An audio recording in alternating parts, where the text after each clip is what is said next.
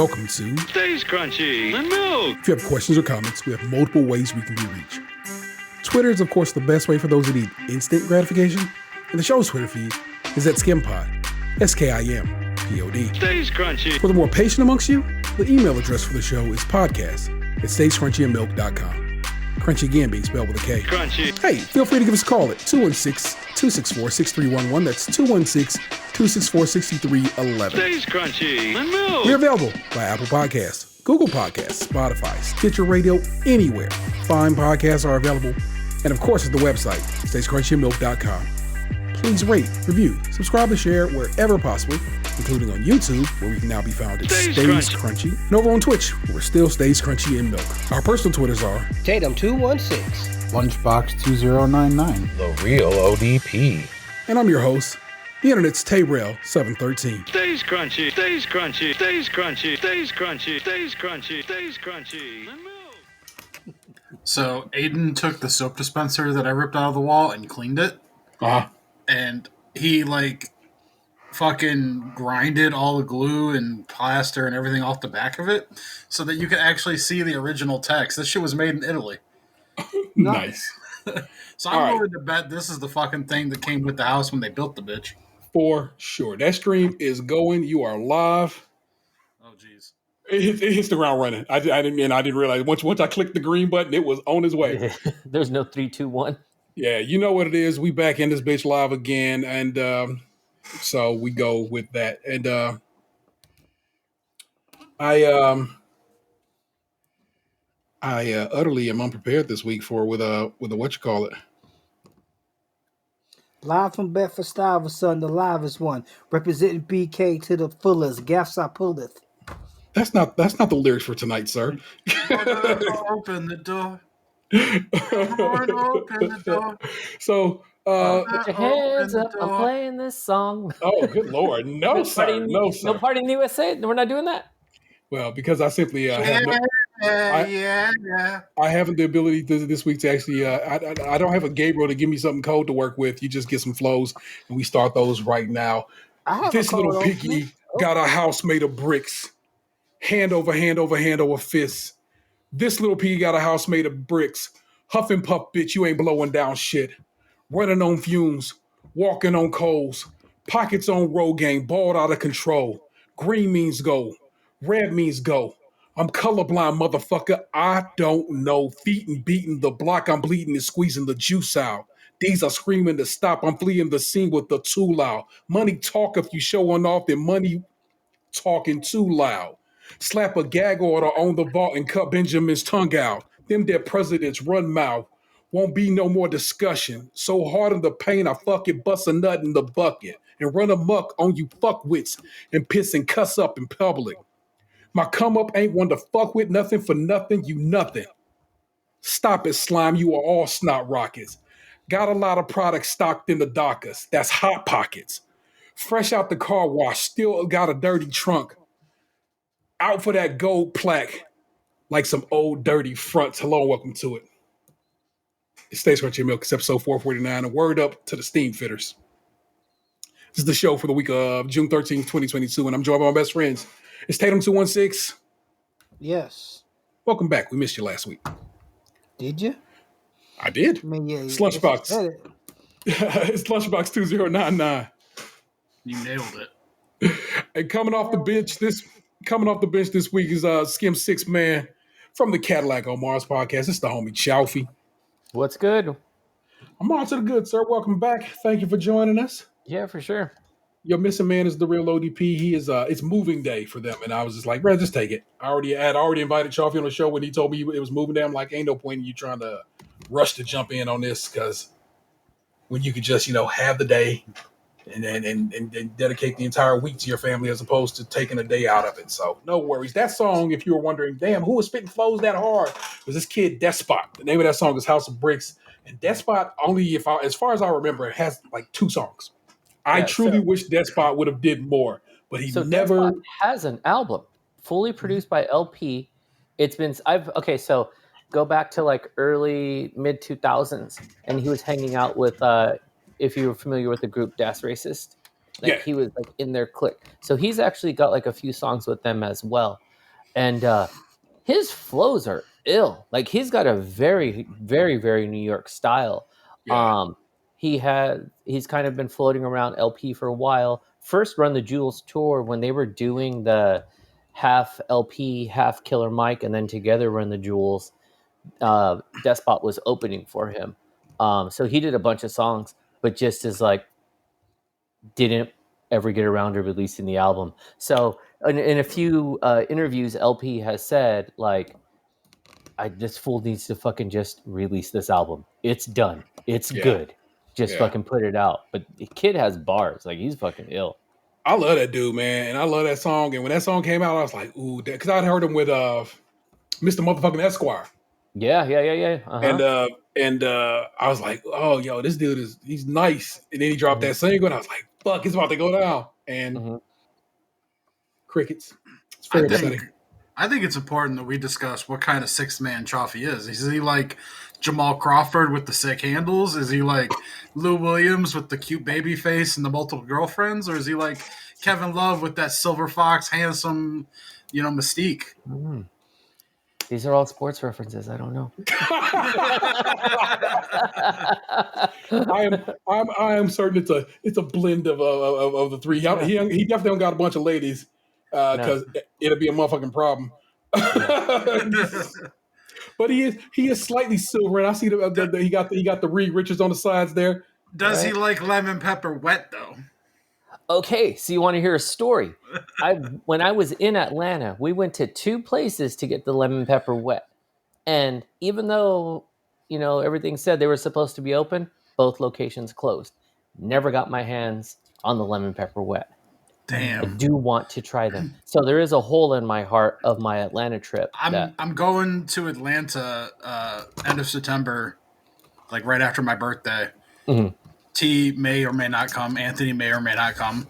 So I am for sure going because I already paid for part of the Airbnb and my ticket to the football game. So at least one of us will be there. But if I try lemon pepper wet, I will let you know what I think. Please do, because I hear it's out of this world. We also ate at a really good place called Slutty Vegan, which is like a completely vegan place, Black owned. Yeah. And let me tell you, hands down, like my wife is always trying to put this shit on me. It tastes like, and I'm like, no, it doesn't. This fucking tastes like something processed. This is gross. Whenever it's like vegan or something, I'm just like, It tastes tastes like a Whopper. No, it doesn't.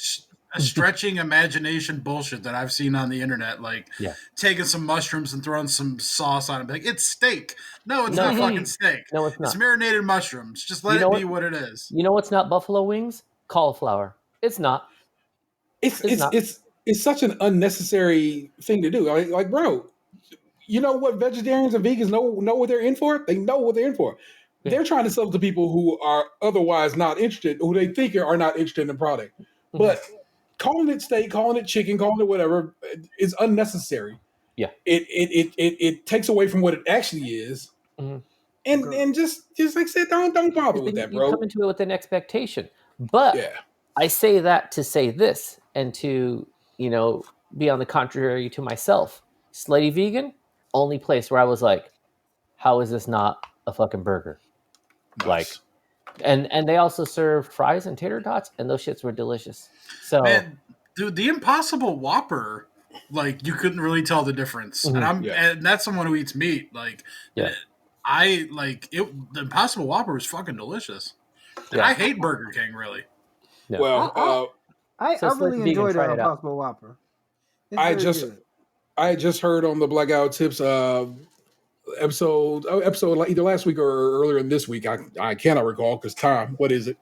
How the Slutty Vegan is they just announced some expansion throughout the South, so they're gonna get a little further outside of the reaches of Atlanta, and so that's pretty dope. They know I know somebody like slutty. I was wondering when the McPlant was gonna go nationwide. That's the thing. It's like I said, you can get it in England, of course, but they were testing out in what's that city? There's a city, but it's a city in that general area that they test everything in. Give me some cities in the general the greater LA area, maybe that start with an S. I'm like, fuck. That's a lot of places, man. I know. Why are you working on that? I'll just Google it. Well, there Santa you go. There you Monica, go. No, Culver City. that's gonna Burbank. San Diego. Yeah. Shit, I don't know, man. Like, it's like Sacramento. no, Yeah, that was my that's first Northern thought. Cali. Yeah. San You took it off. Francisco. It's in the middle. Most That's of still them, Northern most of Cali. them are in Texas. Sausalito. Northern Cali. Santa man. Barbara. Damn. I don't know. Look, I'm just tossing out names now.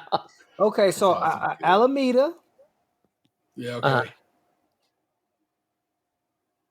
Reseda? Bay Point, Berkeley, Brentwood, Okay, I was Brentwood. Castro seriously. Valley, Cloverdale, really- Concord. I was really fascinated by that Chicago McDonald's location that you'd sent the video of.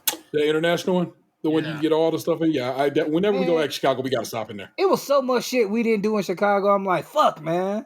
Like, Oh, man, I let that slip my mind that Jollibee was there. Like, I straight up and down knew about it. Then I was just like, oh yeah, I forgot about the fucking Jollibee. That was like one of the main things I wanted to do. Remember though, like we were there for a day. Yeah. Like, it's not like we were there for well, you were there for a week with your family. When we went as a group, we were there for one fucking day, and it was raining the first day. Man, fuck that rain. I still was outside kicking it. Yeah, because I want to go back because there's also the, like, in a sense, like little like burrows and stuff like that. So it's like going into, like, I hear the fucking like the Polish food goes off. Puerto We Rican dipped our food toe goes into off. Chinatown right before we left, and I want to go back so bad. Uh-huh. Yeah, Chinatown. That definitely was a fun experience. Like, meeting those BTS girls. no, what's the name of that? I don't know the name of that group. Yeah, I think it's that was the right call. That was the right call. Yeah. Oh, okay, and then we couldn't get into the one spot to get wings, so we went to another one, and that one, I don't know if it was just as good, but it was a great experience. So I also didn't get my hands on the cheddar and caramel popcorn. Like, we went in, it was still maybe an hour before they closed, and they completely ran out. Like, the person in front of me got the last box, and I had already waited like 20 minutes. I was like, can I just get the crumbs? Can you give me like a little handful? That's all I need. That's all I need. Give me a little taste, man. Chocolate babka. Exactly. I was like, how much for a rib? Pour it in my hands. I'll suck your dick. Oh, Jesus. Not for popcorn. That's a different movie. Yeah. I know, but the sentiment seems to fit. Yeah, exactly. Anybody want a cheeseburger? It just looks like it's tons of places in California that has it. And it's like only in California and Texas, pretty much.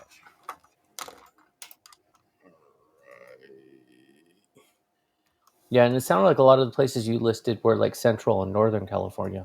Yeah, Vallejo, Windsor, Watsonville, Vallejo, Union City, Sunnyvale, South San Fran, Sonoma, Soledad, Seaside, Scotts Valley, Santa Rosa. These all sound like places I've seen on like House Hunters. Yeah. Yeah. It's funny, like, my partner was telling me the other day, it was like, it was in Cleveland, but it wasn't in Cleveland. It was like, it probably was like fucking Rocky River or something. Because, like, I don't know if Chaffee is familiar with the voiceover guy. What's his name again? S. Johnson voiceovers. S. Johnson voiceovers. Mm-mm. Like, if you on TikTok, he's all over that bitch, like doing different shit. But he's from Northeastern Ohio. I'm not gonna say he's from Cleveland. But he's like, he lives maybe 10 minutes from my house, 15 minutes at tops. And like when he be like rolling through the neighborhood, I'm like, it's always funny. I know exactly where he is. And it's like, I just get a kick out of seeing somebody I'm like, I know that Arby's that I don't go to. Or that was how I felt when he went to the Popeyes over off Lorraine. yeah, because he had to go to another Popeyes. Yeah, he's like, I drove an hour away almost to go to this damn Popeyes. They don't have the sandwich. And like I can see the fucking deceased Kmart in the background. Rest in I know who peace. you're talking about. It's about to Now be that in I'm Burlington, looking at man. his Instagram, I see who you're talking about. Yeah. I know him. We don't otherwise really fuck with him, but whatever. I'm not gonna say that. I'm Yeah. gonna say I don't know. This was some territory shit over here. T's I'm like, gonna nah. s- You only get one thick guy with glasses. You don't get two. Hey man, See- I reached out that brother before he got wild famous to be like, hey man, we do a podcast. We too are located in Northeast Ohio.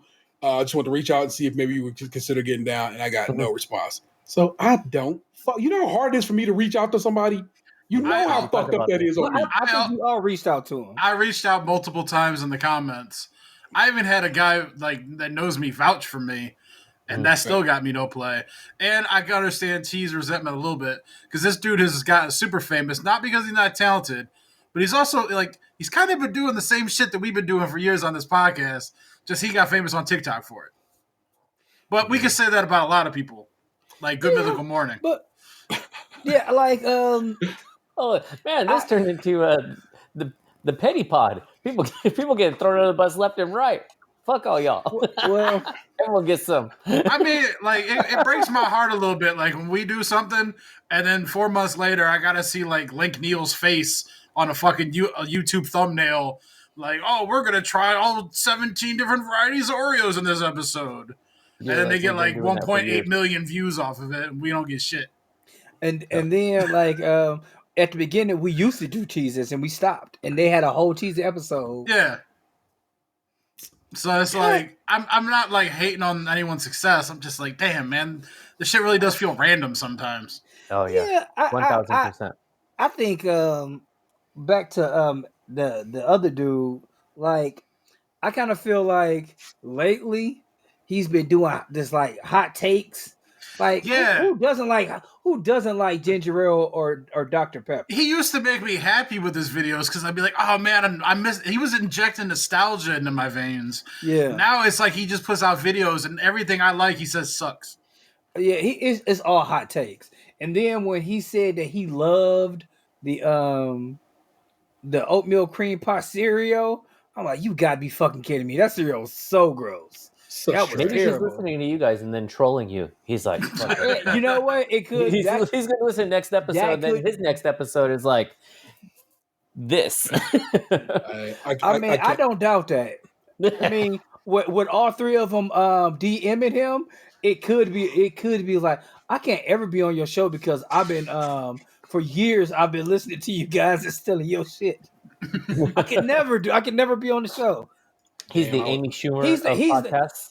He's the Elvis. Yeah, he's the Elvis of Instagram. Oh shit, that was a very specific answer right there, man. What's my man Carlos Mencia who was stealing jokes too, right? Yep. Yeah, my man. Allegedly. Sure, I will sprinkle an allegedly on that shit. No, I only say allegedly because like he'd gone on like a podcast tour within like the last like couple years, and he was just like, look, if I stole jokes, it wasn't on purpose. He goes, and I keep asking for people to tell me what they think I stole, but no one's like coming up with anything. They just keep accusing me of it, but they don't give me any fucking like, what did I do? Mm-hmm. I think Carlos Mencia got lucky though, in the sense that like with Amy Schumer, like now in the cell phone internet era, like boom, there it is. Where it's like you have, I can't think of. There's like a guy in particular that she like pinches a lot of his shit. Yeah, Mulaney. Oh, John Mulaney.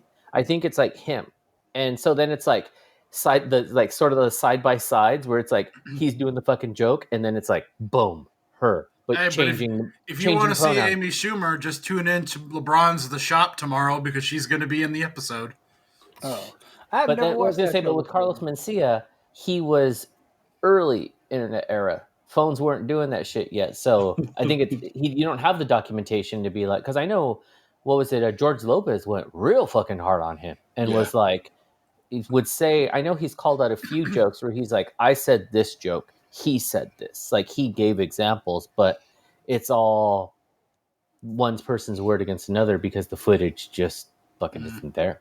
Yeah, it's a whole ass video of Amy Schumer on YouTube I seen the other day, was just like, yeah, it was almost like word for word. I remember seeing that straight up. And, like, I know it was a big one where she was allegedly stealing jokes from Patrice O'Neal, and like they did like her side by side, and telling the same joke.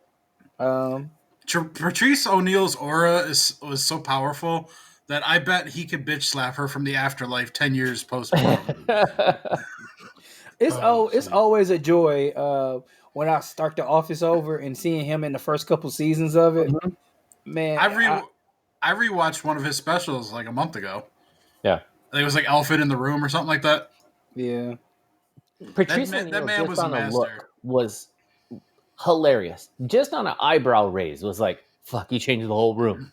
Like you said, his aura was huge. I like that he said shit that like a lot of us thought or think. Like he was talking about like being in the working environment and being like, what's so bad about telling someone they got some nice cleavage? It's just like, it's like, I'm not trying to do anything. I'm just appreciating the outfit, like shit like that, like. It's like I've seen some titties at work before where I was like, damn, those are some nice titties, but like I'm not trying to get called into HR, Yeah. I remember one time, and it was super uncomfortable. Like someone said like you had some nice titties. I'll tell you a story about that in a second. But I remember I was at work and I was in a meeting and somebody had on like a blouse. But they had like their boob had came up out of the blouse a little bit, and it like the blouse was a little bit see through, but the bra wasn't, and it was just like I was like, oh man, like I can't say nothing because I just is uncomfortable. I just like kind of like went to the bathroom. And then, like, I came back, and you know how you do in a meeting, instead of going back to your chair, you just stand against the wall. Yeah. And people in our office have gotten real loose with the dress code rules, like our last like year or two there. Like, there was almost some like full on titties just walking around that office. Oh, it was like the most minimal of spaghetti straps. I think that was only on your side because we had like. You had more of an older crowd on your side. Yes, I was searching for the words to say it nicely. I would call it mature. Yeah, we didn't, or at least that's the search category. I'm gonna tell you, we had mature, but they weren't in that search category at all. Like Dan, straight up and down on his side, had like some heavy hitters. We had one heavy hitter, maybe two. Like, let's just say one of the people that I worked with for a time, they're on Model Mayhem. For those that remember what Model Mayhem is. I do. I remember what Model Mayhem is. I am going to direct this traffic before Mom can say some shit that's going to get them real fucked up as we do this live to the old internet and so forth and so on. My God. You know I literally forgot we were live. You know what it is.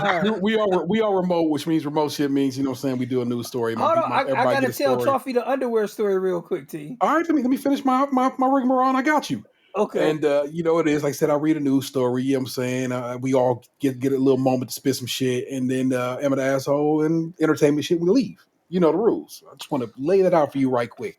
But right now, Anthony's gonna tell a quick story. It's real fast. It was around Christmas time. And no, somebody didn't say I had nice boobs, but I remember, like, we're all exchanging gifts, and one of the coworkers got me a pair of silk underwear. I did not keep these underwear. It was crazy as somebody, I was like, nah, I ain't gonna take these. Then some dude was like, shit, brother, I take them. So it was a gift that kept on giving for somebody. Silkies, huh? Did that person's name begin with an N?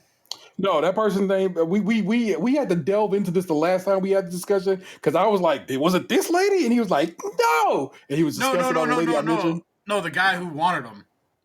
I don't remember. You know what? I don't remember who the guy was. This was at least this is a solid 20 years ago.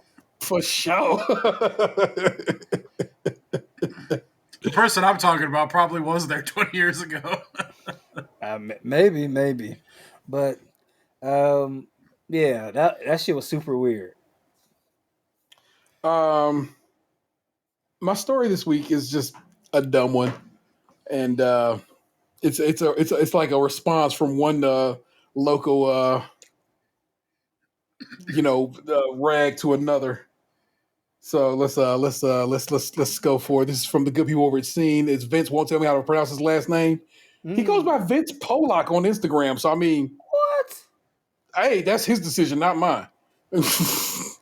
So what up with that? This article is titled "The Worst of Cleveland Magazine's 20 Best Suburbs Ranked."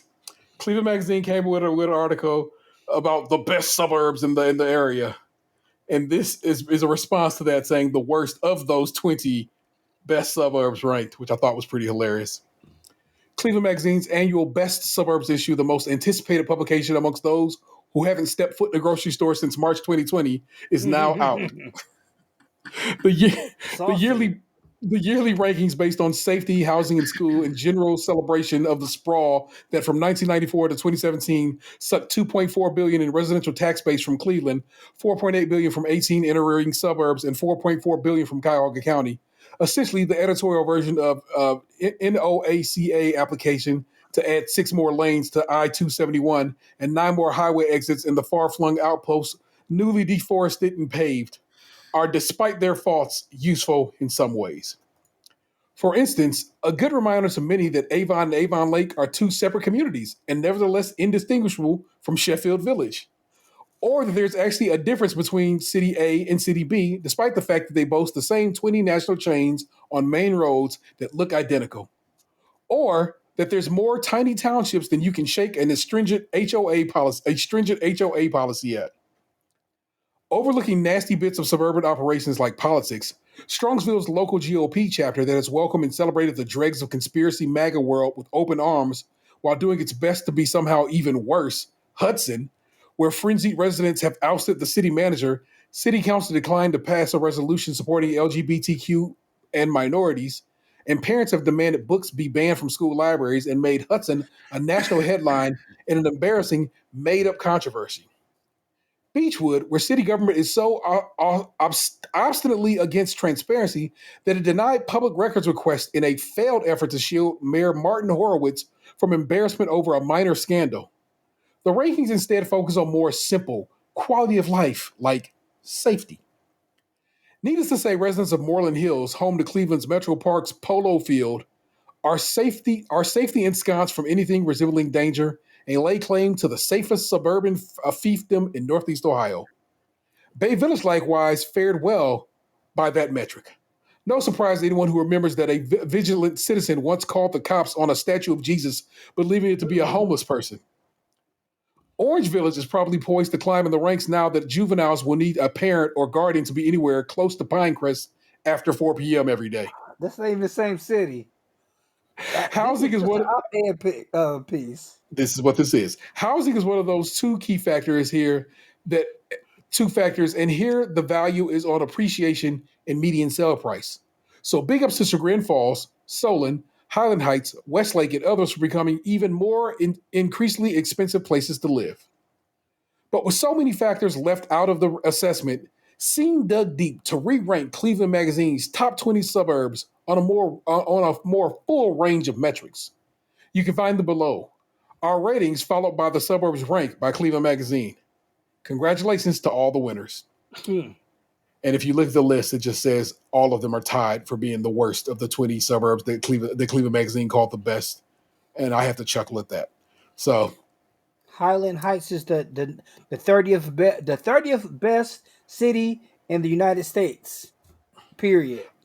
30th best city in the United States, but in the Cleveland Magazine list, number 11. So what that tell you about that Cleveland magazine list? I don't know. I don't think Highland should. I don't think Highland should be number anything if it doesn't have a Marks in the city.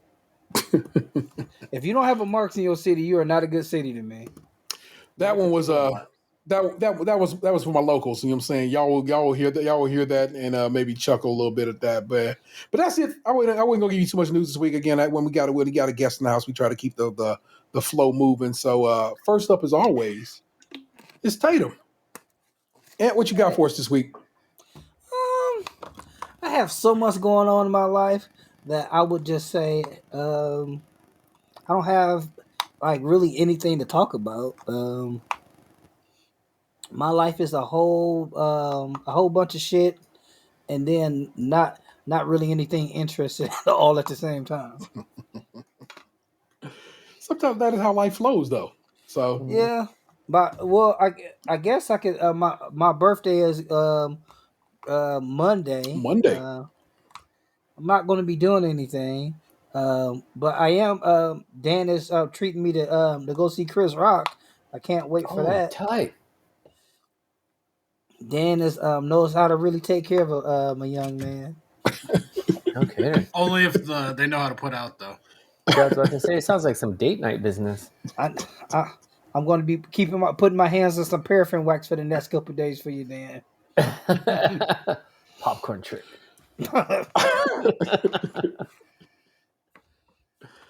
Oh my god!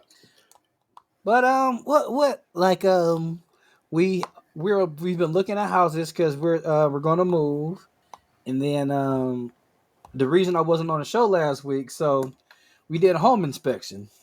No, it's shit that you got to pay for. So excuse me, you don't got to pay for shit down the road. So I was calling around to check the list that our realtor sent us.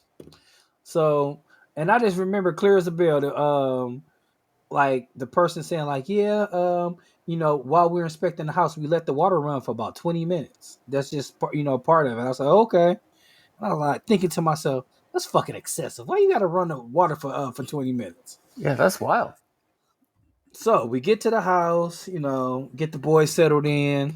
And, the inspector guy was like, yeah, we brought donuts because quite often what happens is police come. So we always make sure we have donuts for them. So we're in there and we're not even there for 5 minutes. They're letting the water run and like in different places in the house. The fucking toilet back up, the fucking shower back up, and it is so much fucking water in the basement. Then like the water is like coming out on the other side of the basement. Like, and our realtor said, like, we got to call the home seller, like, right now. This shit is, like, too much for us to handle. The water ain't even been running that long, which it had not. That 20-minute mark had not even been reached yet. Damn. And that water was fucking smelly. Needless to say, we at this point, we are not buying our house.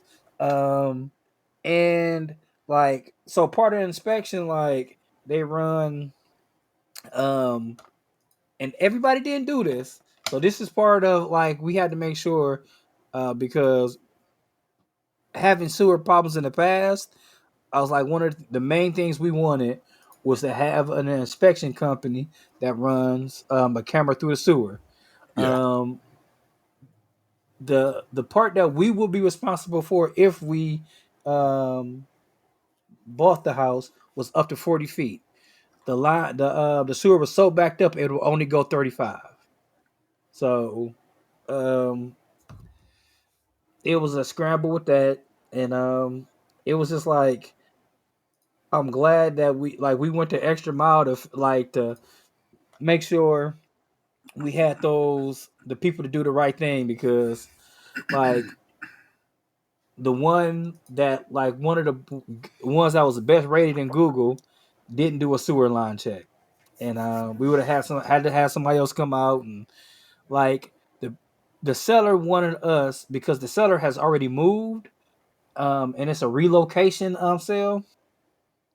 They're not there, so they have family coming in and out of the house, and like their realtor like take care of most of the business, and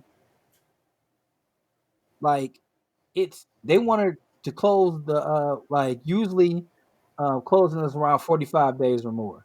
It was like, can we do it in 30? They put it in the contract. Man, they knew some shit was up that fucking house.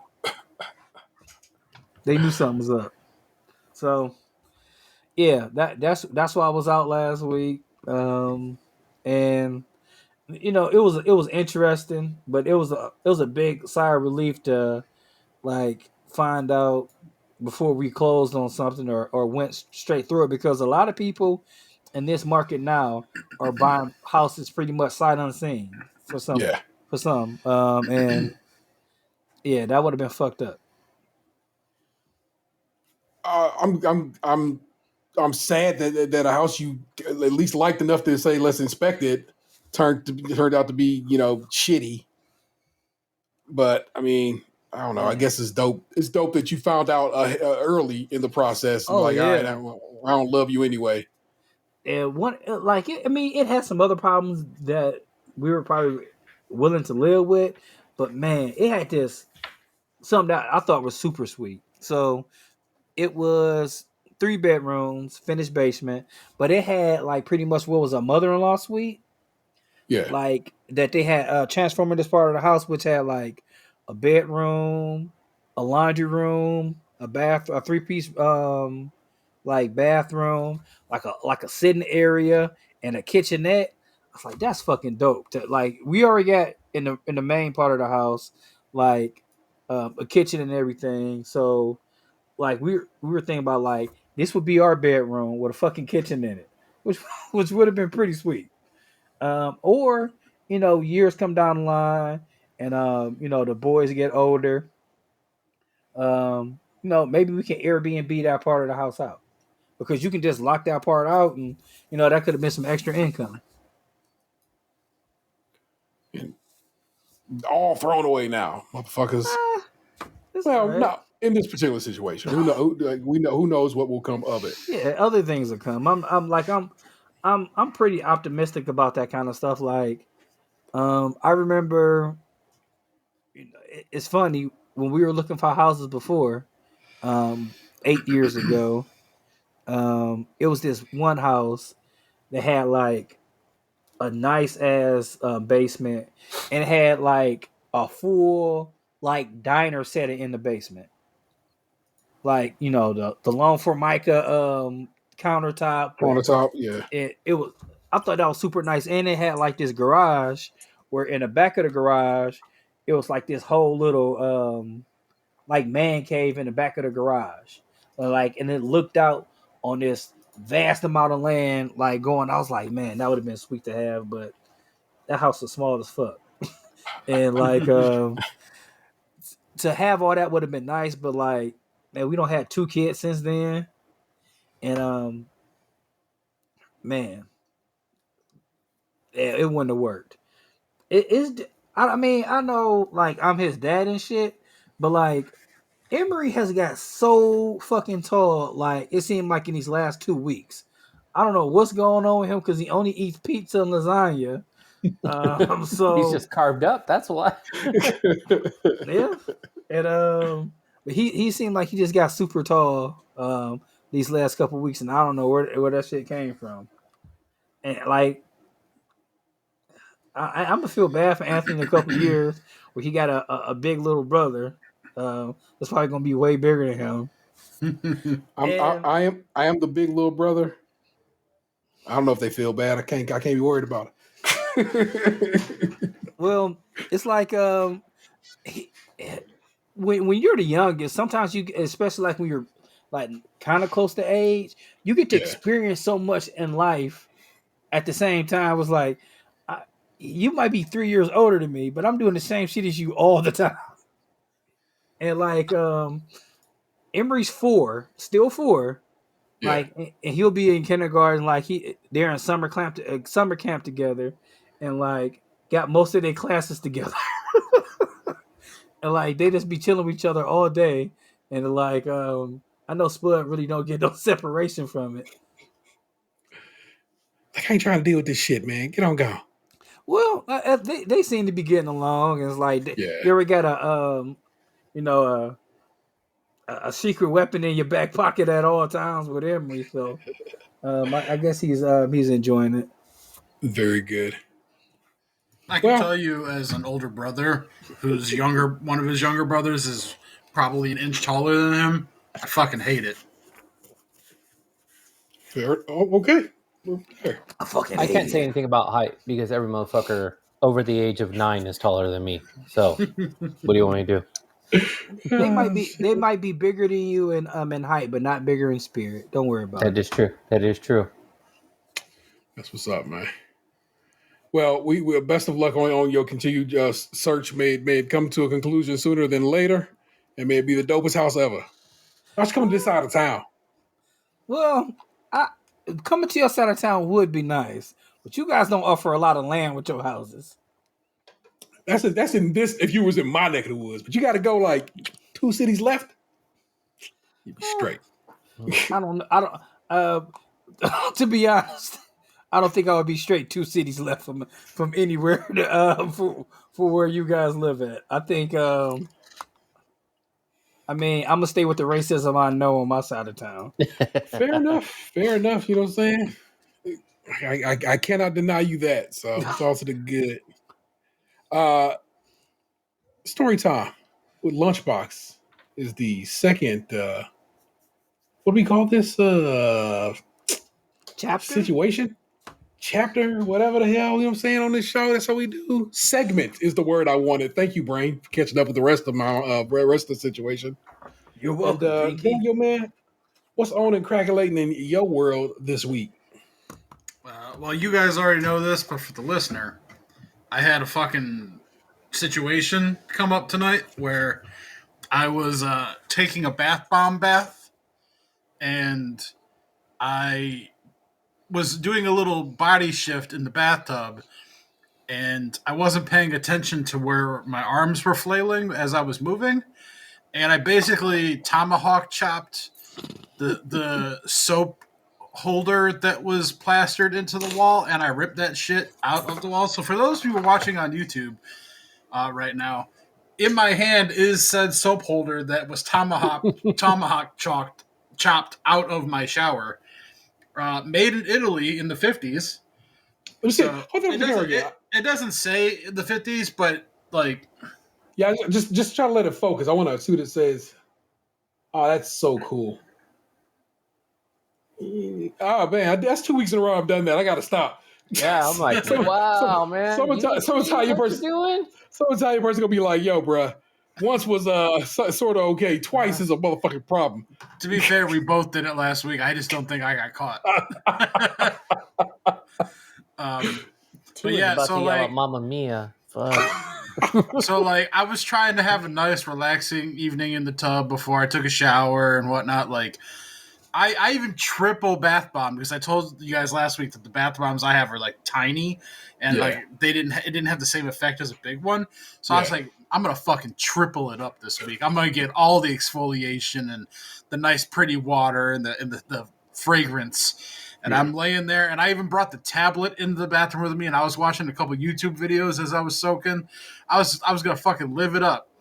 And then one false fucking move, and the next thing I know, I'm looking at one to a $3,000 bathroom renovation project. But it's been on your mind, it's been on your heart, it's been on your spirit. Yeah, but right now it ain't on my your budget. right now. Yeah. So for those who've listened to this show for a long time, I grew up in what we'll call the hood, and I am a creature of improvisation. And, so what, at one point in life, for months at a time, we may or may not have showered in a shower that was taped up trash bags. So, I did the ingenuitive thing, and I went and I grabbed a trash bag, and I cut it up, and I painter's taped that shit over the hole in the wall where the soap holder was at, where it ripped out a little bit of the tile. Because the problem was, it took one little piece of tile that was connected to it with it, and then it loosened up some of the tiles that were around it. Yeah. So I kind of engineered the trash bag over it to keep the water from getting into the wall right now, because I know I don't have a spare $3,000 laying around to like reno my bathroom area. So it was funny is like my one buddy was over, the one that's going to be moving in a couple weeks, and his mind is like, oh, it can't be that much to, redo the tiles. Like, what, like maybe $50? And I was like, have you ever looked at what tiles cost? I'm like, them shits is not cheap, my man. And then he's like, oh, well, maybe we could do this. He's like talking about the wall panels with like the plastic, or I don't know if they're vinyl or what, but like the wall units that you basically glue to the wall and make like a plastic shower. And he's like, oh yeah, maybe we could do that. I'm like, yeah, the cheapest one of that's probably like $700 on Home Depot. And he's like, ooh, well, maybe we could do this. I'm like, look, man, I'm not about to like do some like hillbilly, gum and tape and spit. I'm like, I'm just gonna leave the trash bag up there for a while. If I have to fucking retape it, it is what it is. I'm like, and I'll just save up the money, and when the time comes, we'll either figure out how to do tiling work, which I've watched people on YouTube do. I'm edging with some practice and some more reading and a couple more how-to videos. I'm like, maybe we could do. Worst comes to worst, I'll find a handyman who come and do some tiling. Yeah. I'm like, but I'm not about to do some half-ass shit because, like, I have a trash bag on the wall. I don't care that the trash bag is there. I'm not embarrassed by it. I'm actually quite proud of the fact that I knew to use a trash bag to fucking prevent water from getting into the wall. So it just has to be what it is for the time being, and that's okay. Yeah. I mean, you got a couple of, does your stepfather kind of have a connect on those kind of things? Kind of, but like the motherfucker never shows up. He told me like 3 months ago that he was going to come help like flush out the line of my bathroom sink. I recall. And he never showed up. Like I haven't seen my mom in over a year. Like like the minute that she got like grandkids, I basically don't exist. I exist enough for her to like tag me in some sort of meme on Facebook from time to time. But I don't exist enough for her to travel the half a mile away from where my brother lives to come visit me ever. That's what happens when you're an inch shorter. I'm taller than that one. And like you might want to step up your tape game a little bit. Maybe get some Gorilla Tape or something like that. I tried the Gorilla Tape. I have it. It was the first one I tried. It wouldn't stick to the wall. And I immediately take back what I said. You know what I've always noticed? It's cheap tape that seems to work the best. It's kind of like the ugly little sister when like, you know what? I'm gonna put out harder. You know, my sister might look better, but she don't do all the shit I do. Yeah, I thought for sure that the Gorilla Tape would do the trick. But, like, the first strip that I tried to put to the wall, and, like, the wall wasn't even really, like, all that wet. Because, like, my one buddy had come home and took a shower, which is how I knew his girlfriend was going to show up. Because they only ever showers after work when she shows up. So, like, he had showered around, like, 4:35. So, like, the bathroom wall was, like, had some spritz on it within the last, like, 2 hours. But it hadn't. I had showered. Because I had just been in there taking a bath. So, like, maybe I had splashed a little bit, but, like, I didn't douse the water with, like, the wall with water. So when I tried to put the tape on, with the fact that it wouldn't even adhere with the, like, most minimal of moisture, I knew that, like, the Gorilla Tape was going to be a no-go. And so that's why I went to the painter's tape. Okay. Yeah, like, home improvement is, like, this makes me, back to the glory days of having an apartment. Like, hey man, it is shit broke. Come over and fix it. Because I was trying to explain that to my buddy as he was leaving, like right before we started the show. It was funny because like I got up to fill up my water bottle like 2 minutes before we were about to do this, and like he started talking to me about something, and his concept of time is very poor. And like I'm like, look, man, I gotta go. I'm late right now.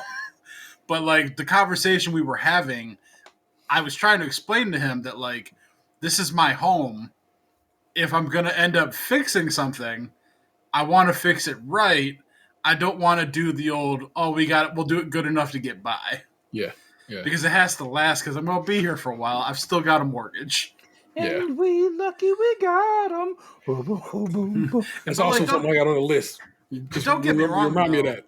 Like he is, when he's like got a focus, he's like gung ho and goes. I'm be honest. Like I said, he's moving in here in a couple weeks. I've barely done shit around here in preparation for that. He's been coming over and cleaning and moving shit. Like he came over yesterday.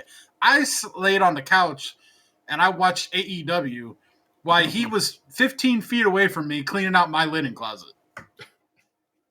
And I know that kind of is like a shitty thing for me to say and like makes me kind of a bad friend in a way. But also, I didn't tell him to come over and do that. He took it upon himself to come over and do that because he wants the place to be clean. And he's appreciative of the fact that on short notice, he has a place that he can go to live. And that's you better watch out. He's about to manifest destiny on your house. I mean, that's always been the dynamic in their relationship, though. It's like for example, I mean, if you guys can have a domestic partnership, a heterosexual one, it would really work for you. We literally had this conversation like 2 weeks ago. We went to the flea market and we went to the restaurant after. We were sitting there talking and we were going over a few things about like what needed done for him, like moving stuff over and things I needed to move around or whatever. And we got to talking about like goals for the future and shit. And like, I told him and I literally said this to him. I went, I hate to admit it, but we need each other. And I meant that in that like, I know that I'm kind of in a rut and that I need his chaos to come kind of force me out of my rut, even though I don't like to admit it. Yeah.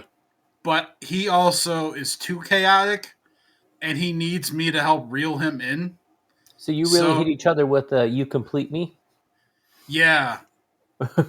It really is like that. Like he came over today, and while like he didn't like I texted all you guys about the bathroom thing, he didn't even see it because he was in here like unloading a thing, some stuff that he brought over, and then he was trying to fix the awning on the side of my house that's been damaged since I moved in. Like my buddy hit it with the U-Haul truck the day I moved into the house. And like the wind over the like his like the with global warming and everything, I swear like the wind seems to have gotten worse over the years. Yeah. But like the wind has kind of like tore it off the house a little bit more. So he was out there trying to like bolt it back to the house, and we were talking about solutions and shit. 2 days ago, he was downstairs using his carpet cleaner to like clean the carpet in my basement. He like took trash out from the dining room over here. We were doing stuff in the kitchen the other day. Like we're planning on cleaning out the garage. Like we have a whole list of home projects, like stuff we're going to work on this weekend. Like this is the last time that I'm going to be doing the recording in this location going forward after today. Like this weekend, this desk is going to go back to where it used to be, and things down there are going to be rearranged, and shit's going to be different. Like there's a whole list of things that are to be done around here, and it's because like I have a problem where like I'll write down a list of things that I know needs done. Mm-hmm. But I never know. I can never make a decision on where to start, and sometimes I start things and I'll just like stop and I won't come back for a long time. He's neurotic in that once he starts something, he can't stop until it's done. So it's perfect in that I'm really good at planning and like explaining where things need to go, and he's like the executioner where he just goes and he fucking does it. And if he needs to ask a question, we work through it. But he's all go and I'm all plan. Yeah, you guys are like Paula Abdul and DJ Scat Cat. Mm-hmm. Opposite the track. See, and I was thinking that Lunchbox needs to really provide this guy with a either the heart-shaped tray of tacos or the bouquet of tacos. Either way, tacos. Tomorrow's his birthday, so he's probably going to be getting sushi or something. Respect it. I'm happy you took another bath. I'm happy you're like, I need some soak time. Because, yeah, you do. And that's nice to do, man. It's nice to treat yourself every now and again. And well, have a little bit of just... it ended up not going the way I wanted, but the intent was there. For sure. But like I said, we must respect all levels of good and bad in these situations. But I'm also glad that you got some act right coming your way, because this pandemic has done a number on you, and you know it, and you wouldn't say anything to the contrary. It's about time. Not saying the world is not still in the midst of a pandemic. We are still in a pandemic. Numbers are higher now than they were a year ago. So chaos. But as much as you can do, I know you will do. It will be, and that's coming sooner than later. It's a tough thing to be depressed and to feel like you're carrying the weight of the world on you, and act like you're not depressed and carrying the weight of the world on you. It's a very fine line, and I struggle with it every day. Like, I'm struggling with it right in this moment. Like, this bathroom thing, I'm making light of it, but like, I almost didn't want to do the show because of this shit. Yeah. I was like really much like, fuck this. I was very caught up in like the weight of what now has to come. Yeah. And I'm like, I don't want to fucking hop on a podcast in 45 minutes and try and sound funny. I'm like, I'm not in the mood right now. Yeah. But, I got to put on the happy face because that's what I do every day. That is not what is asked of you ever. But I'm grateful for you. I'm not going to say, like, I kind of feel like sometimes, not often, but like today was definitely one of those days where it's like, man, we're going to record, and like, I'm not going to say I was in a bad place, but it was just like, man, I felt like I never feel happy around my birthday. I never do. I haven't felt happy around my birthday in a very long time. And it was just like I cut the grass and stuff, and like I just hyped myself up, I guess, for 5 hours before it's like, yeah, we're gonna talk. I don't got nothing to talk about, bro. Oh shit. Anywho, yeah, it's not that. I kind of feel like the pandemic has really fucked up my sense of how to talk to people. Like I kind of felt like before now I was better at talking to people. Now I am not good at it anymore. Mm-hmm. Like it's just not as easy. Yeah. It's like learning how to do everything all over again. Like the way everything feels for me, it feels like I had like the giant ball and I was pushing it uphill, and I actually had that bitch moving, and like I was getting there, and then the pandemic happened, and now I'm like all the way back at the bottom of the fucking hill, and I can't even rock the bitch anymore. That's what it feels like. Yeah, I was it was a couple weeks ago. Like I was going to go into McDonald's, but the door was locked. So I wasn't gonna go through the drive-through, but I seen somebody I knew, and I didn't say hi. I just ran to my car.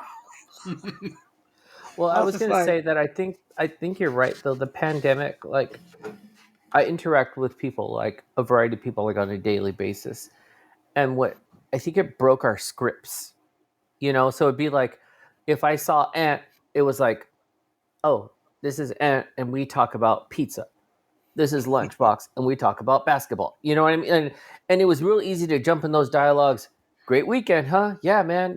And then coming back, what I notice is like it's almost like oversharing. You see people as be like, "Hey, how was your weekend?"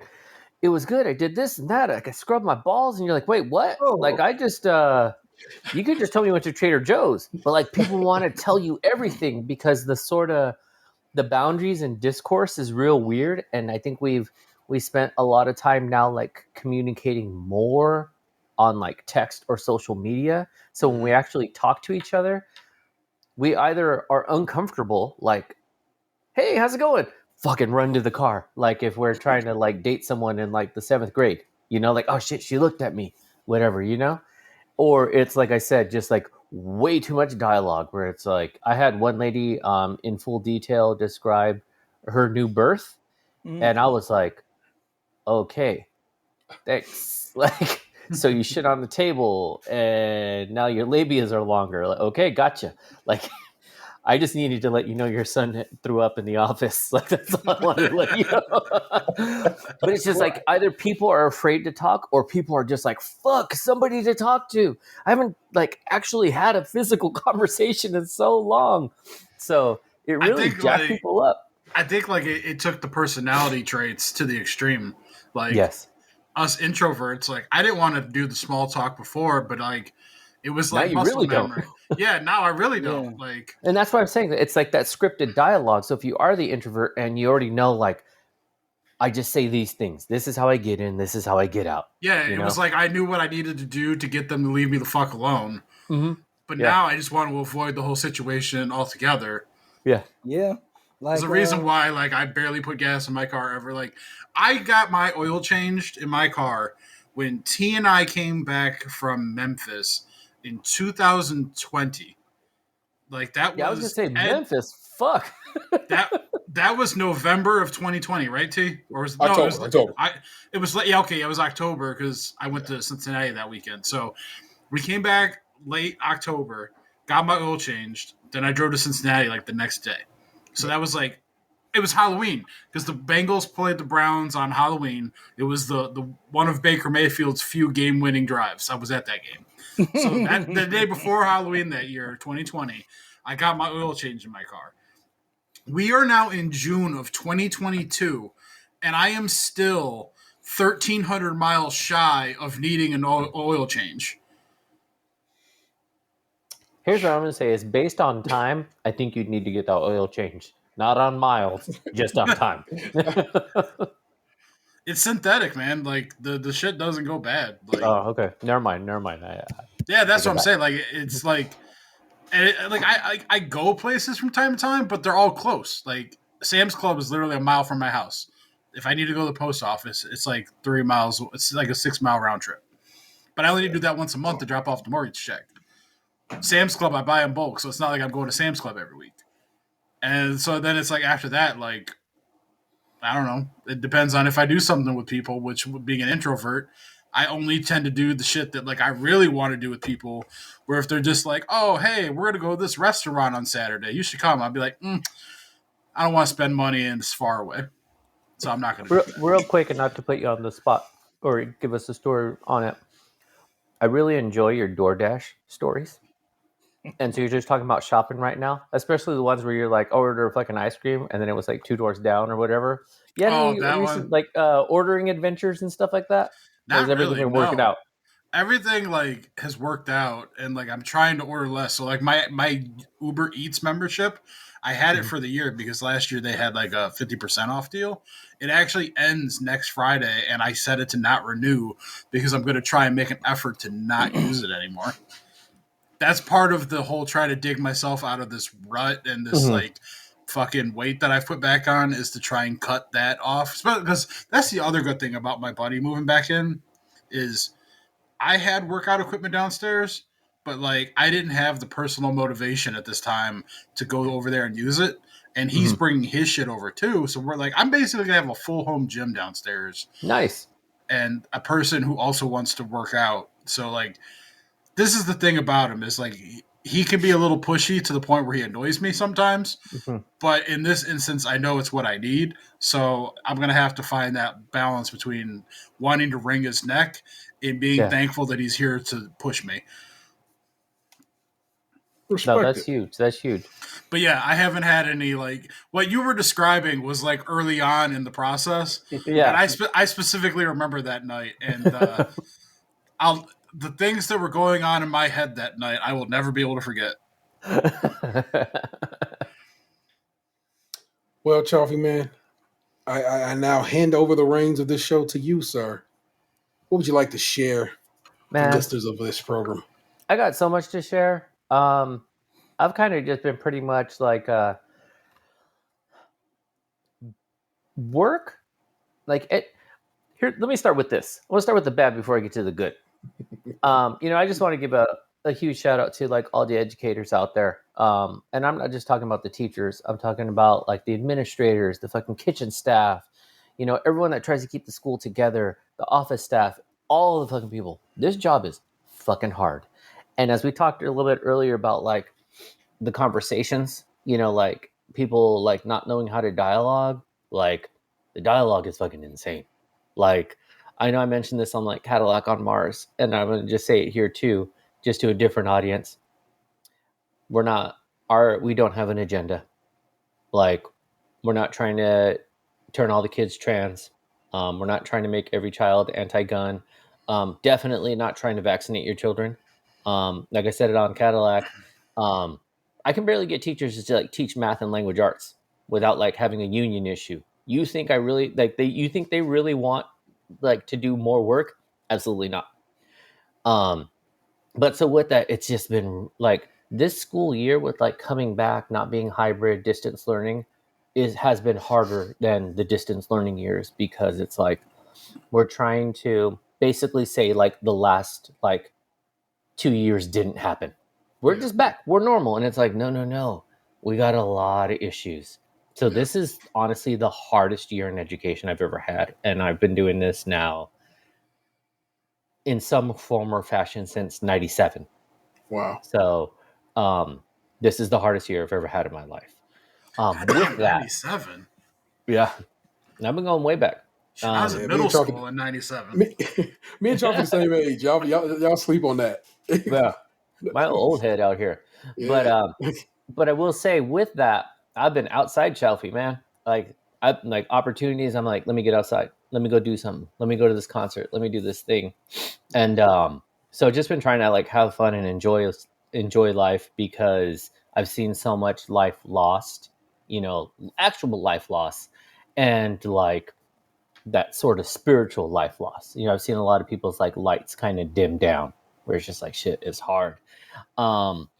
You know, on the family end, I don't know if I talked about the last time I was on here, but my son has been trying to work on his rap career.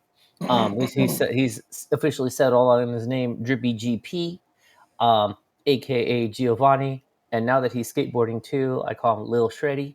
So he's out here. He had a real big wake up call. You know, he had the song, he had his beat. He thought it was going to be as easy as like just fucking play the beat, let me rap over it, boom, boom, boom, put it in a nice tight package, load it up. And then he realized his vocals sounded whack because they were just raw. They were flat. And I was like, when you listen to rappers and you listen to your favorite artists, like there's something on there. They're either turning up the bass, turning up the treble, maybe adding a little reverb, a little echo. There's a lot that goes into it. It's not just fucking flat, raw vocals. And so it turned him off. Like he didn't want to touch the song for fucking weeks because it just was like defeated him.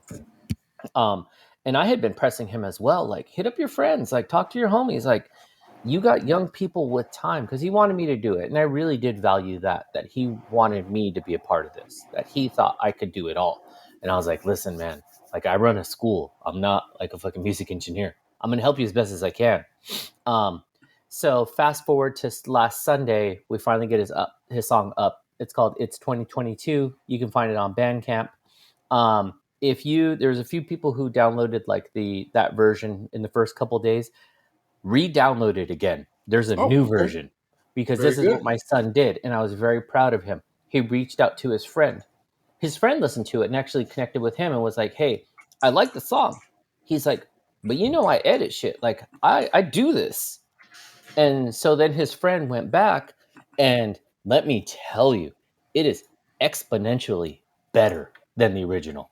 This kid put his little bit of spin, like fucked with my son's vocals. It's a lot better. And even though this is my son's like first time out, he's got a few clever lines in there. I'll give him that. You know, like I'm not saying he's no Kendrick out the gate, like, but who is? But you know, I think he's on to something. So that was really exciting to kind of help him out with that and kind of give him a little bit of boost. He's getting some listens. Like he's not just I think I want to say right now he's maybe up to like over 100. Nice. So he's getting out there. So I'm really proud of him for doing that. I'm proud of the boy. He's out there doing skim numbers. I mean, he's quadrupled Cadillac numbers, you know. But so I'm proud of him, and so we're in that process of waiting for it to get like approved to go on Apple Music, Spotify. Like I have it on the distributor, so it's just it could take like 72 hours to like 3 weeks before it to upload. So I'm just waiting on that. But that's been, like I said, I'm really super proud of my son for actually sticking with this. And then like today's a kind of a big day because our students finished last week. So today, like we work a week later, today is officially like my last day of work. So you know, I'm out here eating some kettle corn and sipping some hard seltzers. You know, I'm going wild right now. You guys better watch out. I'm unfiltered. Do you think it changes the experience for him at all? In that he'll never have to stand outside of a gas station on a Saturday night and try and sell his mixtape to people? Yeah, you know, I think about shit like that because, like, out in Hollywood, you still find people that like want to hand you a disc, and I'm like, I don't have anywhere to play this. Like, I don't own a disc drive. Like, what the fuck are you talking about? Like we have gas stations locally called Sheets, and they have multiple entrances in them. And there's been times where like there's been a guy standing outside the Sheets at the one entrance trying to peddle his CDs. So I would have to go out a different entrance and then sneak to my car to avoid the guy on my way out. Yeah, no, I do think about that. Because it's just like everything is just so different that like for my son to get his song out and to his like in his friend's hands was just a text. You know, like him just, hey, here's the link. Because I told him too, I was like, this will multiply. Send it. He's like, should I put it in my group chat? And I was like, yes, like put it in your group chat. From there, it's going to go, they're going to hopefully share it with one friend. If that friend shared it to another friend, if you hit 5 friends, hopefully that's 10 friends. And then hopefully that continues, you know? So, yeah, it's just a different experience. And then the fact that like him sending it over to his buddy, I sent him the vocal track, I sent him the music track. His friend worked it out, sent us the final thing back. And it's like, that shit didn't require a studio. What I also learned too is that this kid that he sent it to, if I understand correctly, did it all on his phone. Get the fuck out of here. And I was like, are you kidding? He's like, yeah, he just did it on his phone. He's like, he doesn't even have a fucking laptop. I was like, what? You know, so it's just like times are different, man. It's a different world, you know? Wow. But it's what I've been pushing my son on. That kid was like, DJ Premier. Exactly. I did tell someone the other day that you better watch out, Jack Harlow. My son's coming for you. Except he's going to get the church's bucket meal, not the KFC. He's got to keep it in. I fuck with. I miss that we don't have churches here no more. But, churches is wild, man. Churches is all GMO.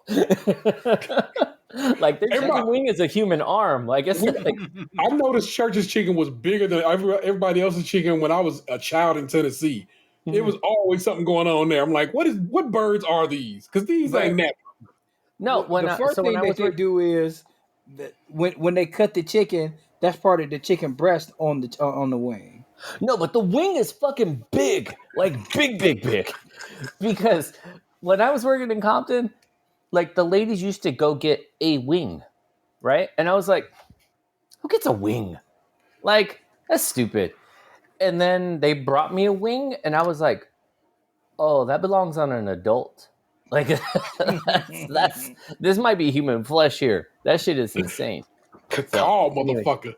I was just like, whoa. But yeah, man, Jack Harlow, we see you coming for your numbers. You're dated. And then with my wife, we just recently celebrated our 15th wedding anniversary. So we did something super fun. We went on a hot air balloon.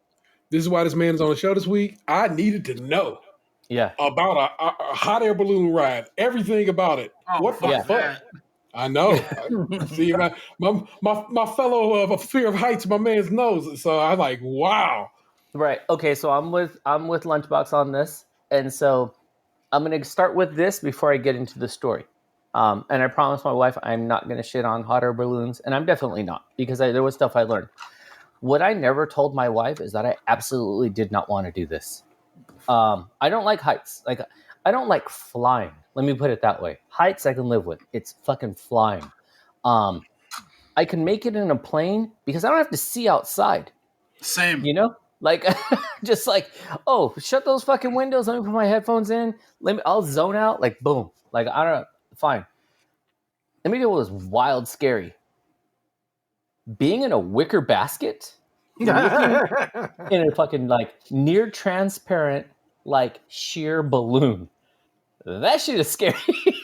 So as we were in the air, my wife is trying to have a conversation with me, and I'm like, you can't talk to me. And she's like, what's wrong? I was like, I'm fucking scared. I let her know while we're in the air. I was like, I never wanted to do this. Like, this shit is fucking scary. I was like, so please don't ever question my love or commitment to you. I wanted you to have this experience. You told me this was on your bucket list, so we're going to make it happen. But let me tell you, right now, I got a fucking death grip on this basket. Like, my shoulder hurt for 2 fucking days because I was holding the shit. Like, this arm, this right here, hurt because I was gripping. I did that on a ride at an amusement park we had around here when we were kids. And it wasn't even anything crazy. It was the little kiddie rocket ships that would just go, like, a little bit away from the platform as they went almost like the swings, but bigger. Yeah. I had my fucking death grip on that safety bar that when the ride stopped, they had to pry my hands off of it because it was like rigor mortis. I wouldn't let go. Yeah, no, and I'm not kidding. Like, for real, my shoulder hurt for 2 days. I was like, because I just was gripping on.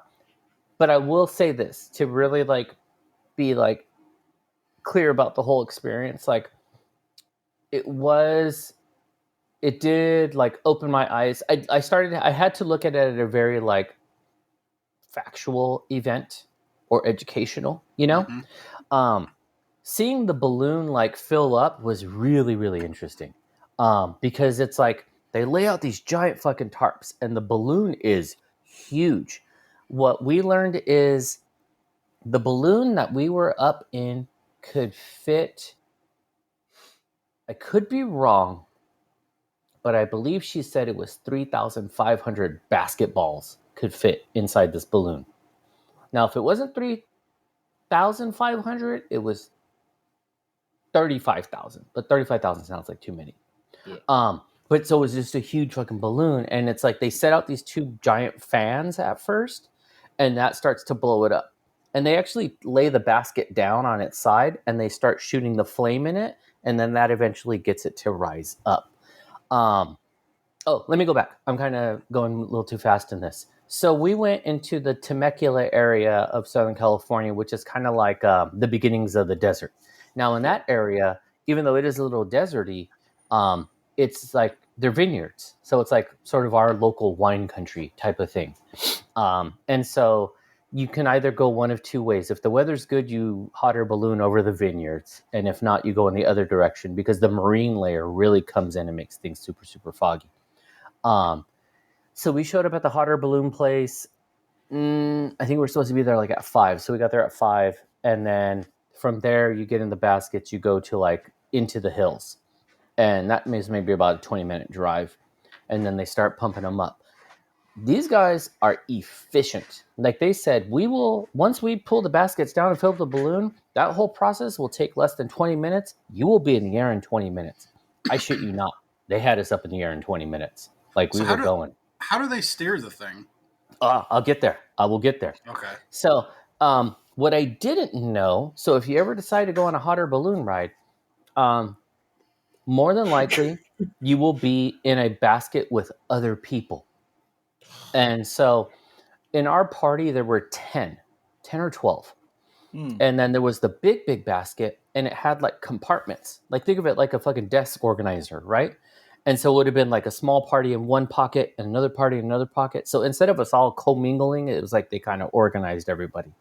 And so we were going to be in that bigger balloon. This lady who was taking pictures of us says that the largest balloon she's worked with held 24 people. I was like, that's a fucking classroom. That's too many fucking people. That's too many people, right? Oh, no. No. And I'm not exaggerating. It's a wicker basket. So next time you go to someone's house and kick it on their lawn furniture, say, this bitch is going to put me in the air? Nah. And how tall was it? Okay, so I'm gonna say the basket itself, maybe 3.5 feet. So that was the other piece too. My wife's leaning over taking pictures. I'm like, this Fuck bitch is all gonna of fall this, out. man. Like, what's she doing? Like, you stop it. Like, don't do that.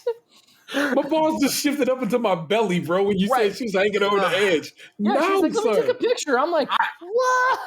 I can't even look over the railing at the mall from the second floor to the first floor without having an anxiety attack. No, I'll tell And you this. I right look straight now, out, never down.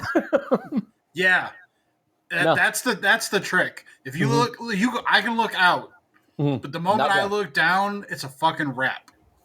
And Yeah. that's where I'm at right now what because I'm happens if- imagining looking down in your wife's place. Yeah. What? Now, Look at that. Okay. I would do that when you guys are thinking what I said. If it meant that I didn't have to look over the wicker basket. So I'll say this. There was a happened in part of me that really wanted to sit down in the basket where I was just like, I don't want to be a part of it. Like, I was really at that level. Now, Ant, what do you want to say? What happened in y'all life that made y'all this way? Like, why is y'all like? What made y'all scared? Was it an event that made y'all scared of heights? No, I'll tell you this. I don't want to die. That's what it is.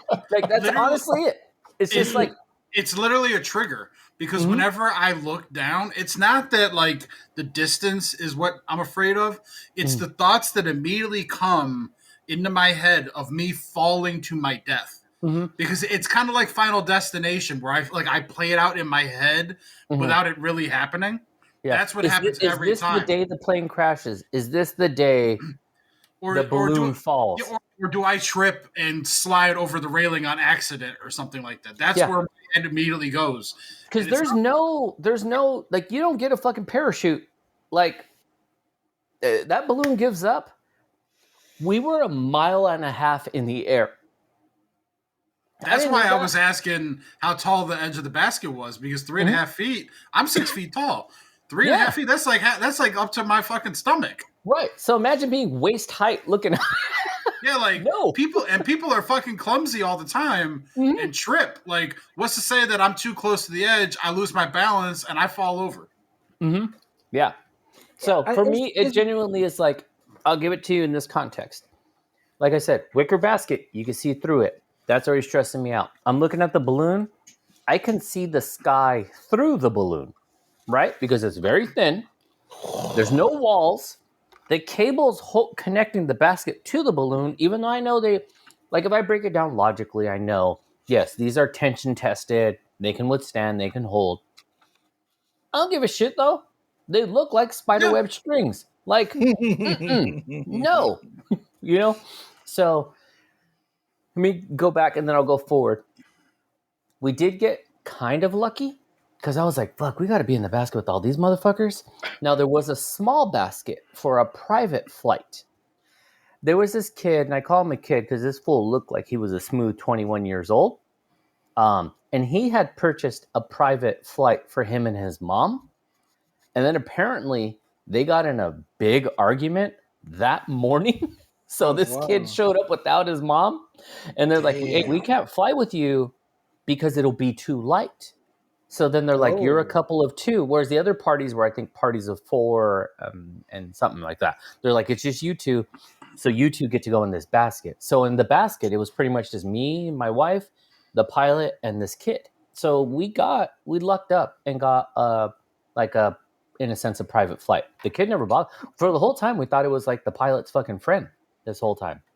But so to answer how they navigate, it's in a sense, it's a sailboat. So the pilot did show us, he was like, if I pull this string, it actually pulls this sail in here. If I pull this string, it pulls this sail over here. And they're like internal and it sort of navigates it. What I did find really fascinating too was how much coordination takes place. So they're coordinating with the other balloons. So like two balloons went up at the same time, roughly. And then there were two others behind us. 3 of those balloons fucking took off. Like they caught speed. our balloon never caught the speed. And so they would be like, if you get up to 1,000 feet, the wind is blowing at this many knots. If you catch it, you'll catch up. And then we would catch a little bit of it, and then the wind would stop, and they'd be like, okay, go to 1,500, go to 900. So it's a lot of dialoguing on the walkie-talkie. And then there's a guy on the ground, because you don't just go up and then hover and come back to where you landed. You end up in a different destination. Like, so we were up in the air for an hour, and which was maybe 55 minutes too long for me. But so he's coordinating with the guy on the ground too, where he was like, hey, we're going to go. Originally, we were going to land at our location was Lake Riverside. He's like, we're going to land on Lake Riverside. But because we never caught the wind, he was like, okay, what street are you on? He's like, I'm on this street. Okay, cool. I'm going to need you to make a left. I'm going to need you to get on this other street over here. We're going to land in this location. So not only is the pilot, navigating with the sails, he's also coordinating with the other balloons to try to catch wind, and then coordinating with the guy on the ground so that once we land, they'll fold up the balloon and then put it back in the truck. So it's really a lot of dialoguing. Our guy said that he's flown, what did he say? I think he's flown 100 times. So he's like, because he said he had 700 hours under his belt. And so with that was like 100 times or something. That sounds like a guy who needed to find work during the pandemic. Yeah, they did feel a little bit like carny folk, Where I was like, oh, I'm really putting my life in your hands? Small hands, smelled of cabbage. Smelled of cabbage. Yeah, I was like, I feel like you live your life off of like a lot of Mountain Dew. I'm looking at this picture, y'all too, in this balloon, and I'm just like, no, sir, no. Now, what's even crazier than so one of my teachers, when I told them like, hey, they're like, oh, what are you doing? I was like, hey, I'm gonna go in a hot air balloon. One of the ladies was like, it was so much fun. She's like, but let me tell you, when we landed, it was a fucking disaster. And I was like, I don't need to hear this. And then she goes, you know how like on the side of the freeway, if it's elevated, it's like the embankments are really steep? Yeah. She's like, well, when they fucking landed the balloon, she's like, it's not that they were on an embankment, it's just they were on a steep incline. She's like, and then the fucking basket landed at an angle and we all fell out. I was like, what? She's all, and then the captain is yelling at some other guys, like, come on, we got to get everyone up. And then someone yelled out, oh my God, there's snakes. I was like, these motherfucking snakes in this motherfucking basket. I was like, fuck this. Like, what are you talking about? I was like, I already had heightened anxiety where I was like, okay, today's Wednesday. We're doing this Saturday. Okay, today's Thursday. We're doing this like leading up. So this lady fucking tells me they landed on an incline, fell out, and then there were snakes. I was like, oh, I don't want to do this. I don't want to fucking do this at all. But the when you land, it's not gentle. You don't just land like how when a balloon fucking deflates, because you're still basically going sideways. Yeah. So imagine an airplane landing without wheels. Right. And so it just hits the ground. Pop, pop, pop, pop, pop. Like it's just, you're dragging across the ground. And we leaned real hard too. But the pilot was like, when we land, he's like, I'm telling you, you got to loosen up your knees. You got to squat. You got to hold on to the basket. Because basically you want to drop like everyone's center of gravity. Because if we were higher, we would have just fucking flown over. But that shit was crazy. That shit was like, I saw my dad and he was just like, so what'd you think of it? I was like, no, I don't know why I did this. This is what we should be doing. Yeah, no, zero. Like, why? I kind of want to do it now. I was there for like 80% of that story until you said like, oh yeah, you got to brace yourself. I'm like, that makes sense, but I don't want to do it. That's the only part I wouldn't want to fuck with, like coming down. All right, hold your knees. Get your knees ready. I'll tell you this. For me, that, even though that was the most like jarring moment, was actually physically bouncing around. Here's the thing. If I would have fallen, I was already on the ground. If I'm falling fucking 1,500 feet up in the air, hey, there's no Chalfie for you guys to talk to today. It's a wrap for your boy. So it's like, I'd rather like bounce out of the basket while it's on the ground and not bounce on it when it's like a mile and a half in the air. How high can drones go? like just like people's regular ass drones. Because I'm sitting here not the military ass ones. but I'm just thinking like, all right, you're saying that like a hot air balloon goes like 1,500 feet up in the air on average. How high can like some just 15-year-old with his drone fly that drone in the air, and can he clip the hot air balloon? Probably. Yeah, I think so. Because prosumer models, I'm saying a little more higher end models, like the aerial photos that one guy takes to Cleveland, that one Instagram page, he regularly just shoots above like Key Tower, which is, okay, how so many? I'm looking it up right now. FAA permits personal drones to only go 400 feet. So it probably could go higher, but it says small drones can have anywhere from 700 to 1,300 feet. So we're based on what you said in the trying to catch the wind slipstream going between 900 feet and like 2,000 feet. Oh, hold on. Let me correct myself on that too. We were 5,280 feet in the sky. Yeah, fuck all that. Yeah. But and our maximum was 7,920 feet. That's just too many feet. Yeah. It's too many feet without the ability to have some kind of emergency situation. Like, what do we do if this goes awry? Oh, you die. Mm-hmm. I don't need that. I'm saying like if you jump out of a plane, he's like, okay, not only do you got a parachute, but you got a backup parachute in case some shit goes sideways. Mm-hmm. You tell me in that situation, like, oh no, we all do it. Yeah. I'm my life is in the hands of like Longaberger. Yeah. I'm out here game to be chose. I'm out here like the fucking Kevin Smith movies. Just just start pull out your dick and start jerking off. Like the plane's going down. You're gonna die. Like, this is it. This is it. Oh my God. Thank you, sir. This makes me think too of when I was a kid, we would do puzzles all the time. And you would always see the puzzles where it was like the army of hot air balloons. Yeah. And it's like, all right, if there's like just a gaggle of hot air balloons flying, what's to stop these motherfuckers from crashing into each other and like, because there's no brakes, right? No, a good pilot, I guess, right? No, but yes, it's a good pilot, and it really comes down to communication because there was one point where one of the balloons was getting close to us.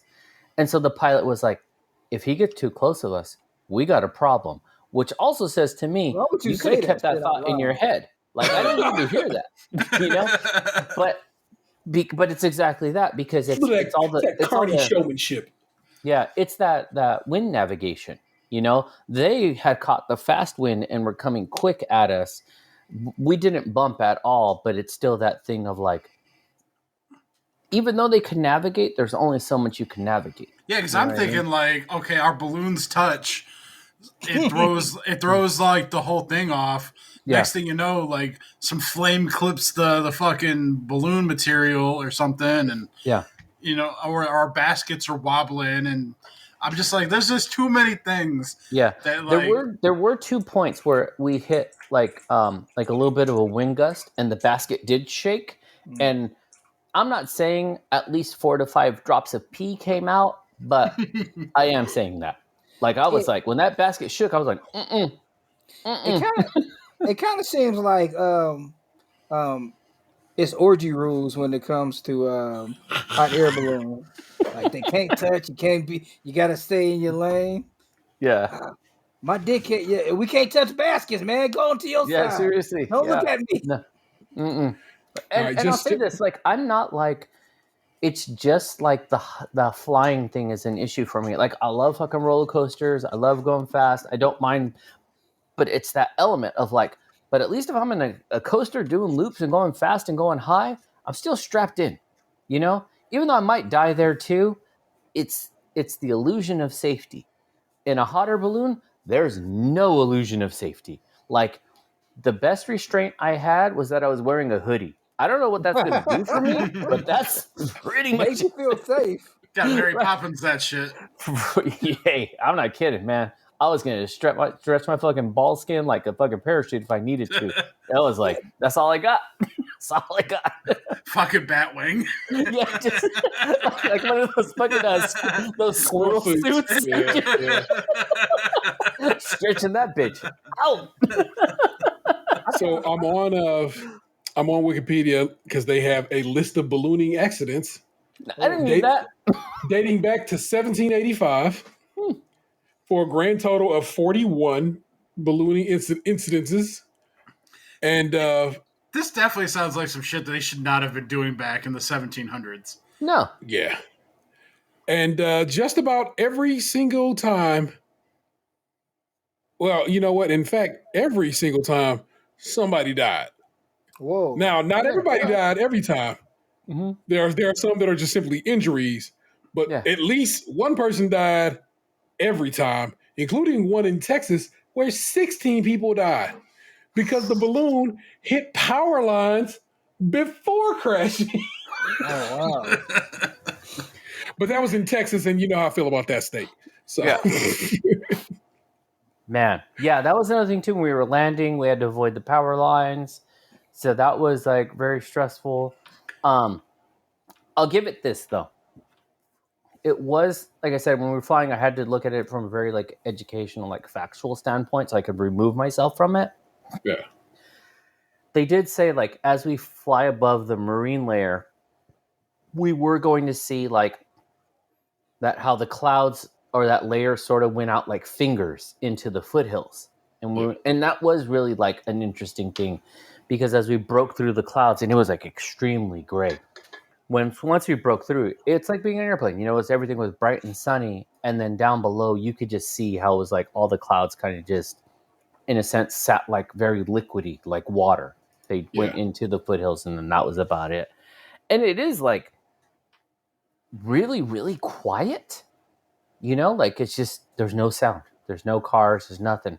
But what we did learn was that you could hear every fucking dog barking.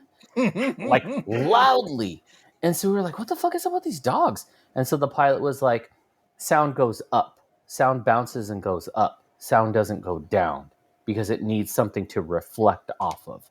He's like, so if we yelled down to somebody, they wouldn't really hear us. They might hear something, but not clearly. But because the sound reflects and then bounces up, he's like, that's why the sound, we hear these dogs so clearly. Mind you, again, we're over 5,000 feet up in the air, and this dog could have been like right next to me for as loud as it was, you know? So that was really interesting. It was just a lot of really, from a technical side, it was really fascinating. Will I be doing it again? No. You know, there's just certain things that I don't plan on skydiving. I don't plan on bungee jumping, you know, stuff like that. Which, funny story, a friend of mine on his bachelor party, he went bungee jumping the day before. Bungee cord, and they were going to bungee jump into a pool. Yeah. And for some reason, his cord went too long, and he fucking smacked his face on the water. So on the next day, his wedding day, two, like, I'm talking raccoon black eyes, because he just went whack, and then it finally did snap him up. What's that? Did he break his nose? I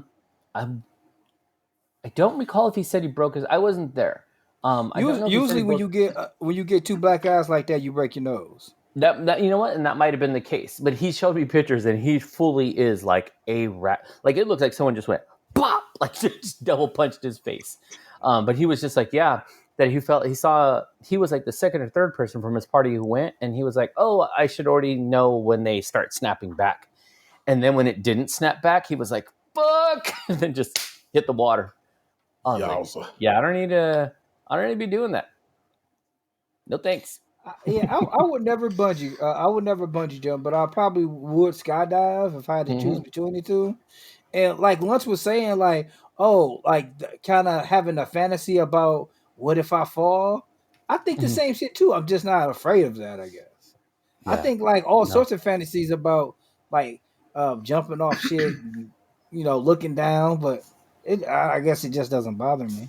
Yeah, no, it's just that open air space, and just like, I don't know, it's just freaky. I was like, you know what's tight? Trying to find a Mexican pizza. Like, why don't we just stick to that? Like, what is on the Mexican pizza? What's all on it? It's beans, cheese. It's double tortillas. If you get the meat one, it's got some meat in that bitch. and then they throw some more some red sauce, some cheese Tortillas on sorry, top. not tortilla, tomatoes on top. Back in the day, I think you used to get green onion and possibly olives, but not anymore. Shit is delicious. Yeah, it be hitting. Well, thank you so much, bro. Like I said, that was the main reason. As soon as I saw them pictures, I was like, bruh, We need to talk. I need to know everything about this because it's not that I want to go ballooning, but I want to know about it. So You can thank you just for live it that. through me. That's totally okay. Hove did that. So hopefully I don't got to. So it's okay. I mean, you'll notice I did not take one picture or video because I was like, or anything from in the air because I was like, I ain't touching my phone. 0. Well, as for your man's, inspired by Mrs. Chaffee, because that's how we refer to her in these streets. I decided. So Chaffee's wife is super fit and into fitness, and she posted a damn achievement that said she had a perfect May. Hold on, thirst trapping too. Oh, well, whatever. I mean, the only thing I'm concerned about in this particular situation is that she got an achievement, and I'm like, what? And says she got a perfect May. What that basically means is every day in the month of May, Chaffee's wife closed all 3 rings on her Apple Watch. And these rings are for different things. And I'll just pull them up so I can, give you an idea. If you guess you don't have an Apple Watch or just whatever. One of them is move, which is basically how many calories you burn. One of them is exercise, meaning the amount of exercise you did during that day. And the other is stand. So basically, they want you to stand up at least a dozen times a day for at least 1 minute. Decent little goals to have. And I saw that shit, and it was gold, and it said perfect. And I was like, I got to have that shit. And so I said, the month of June, I am going to have a perfect June. Meaning every day I'm going to burn in my X amount of calories. I'm going to get at least 30 minutes of exercise per day, and I'm going to stand at least a dozen times a day for at least 1 minute, as the Apple Watch likes to measure it. And I'm pulling my watch off now because actually I'm about to set it on the charger, but I'm gonna show it up on the camera. As you can see today. It just don't want to focus for me. But if you can't see, you can't see. I have indeed closed all my rings. I have closed all my rings, thusly, every day so far in the month of June. And your boy is out here feeling very proud of himself for getting out here and starting to exercise again. It has been a long time coming.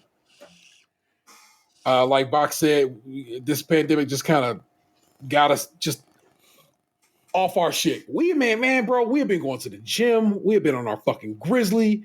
We have been we had a gym at our workplace and so forth. We was already trying to, get it together, man. And the pandemic really put the brakes on that shit. And so I've had a year plus of just, weight gain and not doing what I need to do and so forth. And indeed, although I'm inspired by my man's wife, I'm also just inspired by myself at this point because now I'm doing it and I'm doing it pretty well. And I'm getting it and I'm hitting them. And I'm hitting them pretty early in the day at this point now, which means, like I said, I'm getting out there. I grab my dog, we go for a little bit of a walk. And that knocks out half my exercise ring for the day and gets me a good, a decent little cut of calories. And then I'll go out just for dolo and just go run, go. So I've been basically doing 2 a days basically to get it together. And I'm out here doing it, man. And I am far from great. I still can come in the house sweating like I stole something and breathing heavy, but I have done it and I am doing it. And so now I popped all these rewards, these achievements on my watch already because I'm kind of on it. So like so far for the month of June, I did the June challenge was to work out at least 3 times in the month of June. Well, I knocked that out, by day 3, of course. I am now on my longest move streak, meaning the longest time I burnt the amount of calories that they asked of me at 11 days, because I actually had started kind of moving, trying to close rings on my watch beforehand. But like I said, it was that achievement I saw that I was like, dope. I now have a 7 workout week, meaning I've exercised for 7 days straight, and I have 2 of those, so that's pretty dope. I have a new move goal because I changed the calories. The calories were lower, and I've been comparing with my homegirl Bevan, and her calories is way high. She been doing 1,000 calories you a can day. adjust those shits. Yeah. So I moved mine from whatever was in there up to 750, and I was like, all right, that's a good place to start. And so I did. I started at 750 this week. I got a perfect week for moving. You know what I'm saying? I got a perfect week for everything. So I'm like, yeah, bitch, here it come. So your man's is out here trying to get his fitness on, trying to get it together, man. My hope is this. I wanted to jump in real quick and just say, one, like, I know you sent my wife a message about, like, you know, the goals and stuff like that, and it's a mutual, it's a give and take type of thing, you know, that keeps her inspired, because when she's able to, in a sense, inspire someone else, it hypes her up to know that she hypes someone else up. So it's just like that's a big huge thing. So I know that when you had sent her that was kind of like, because she gets in ruts. This shit is hard to maintain. And I will say, you know, my wife works fucking hard. Like, she really is on like a very, like, I wouldn't say restricted, but controlled diet. She's got discipline, you know? And so she will be like, I'm not going to eat this. I'm not going to do that. Like, she really is focused. She grinds hard. But to kind of tie it back into what you're saying, but you got to start somewhere. You know, this journey for her is more in the latter part of her life and not the majority of her life, you know?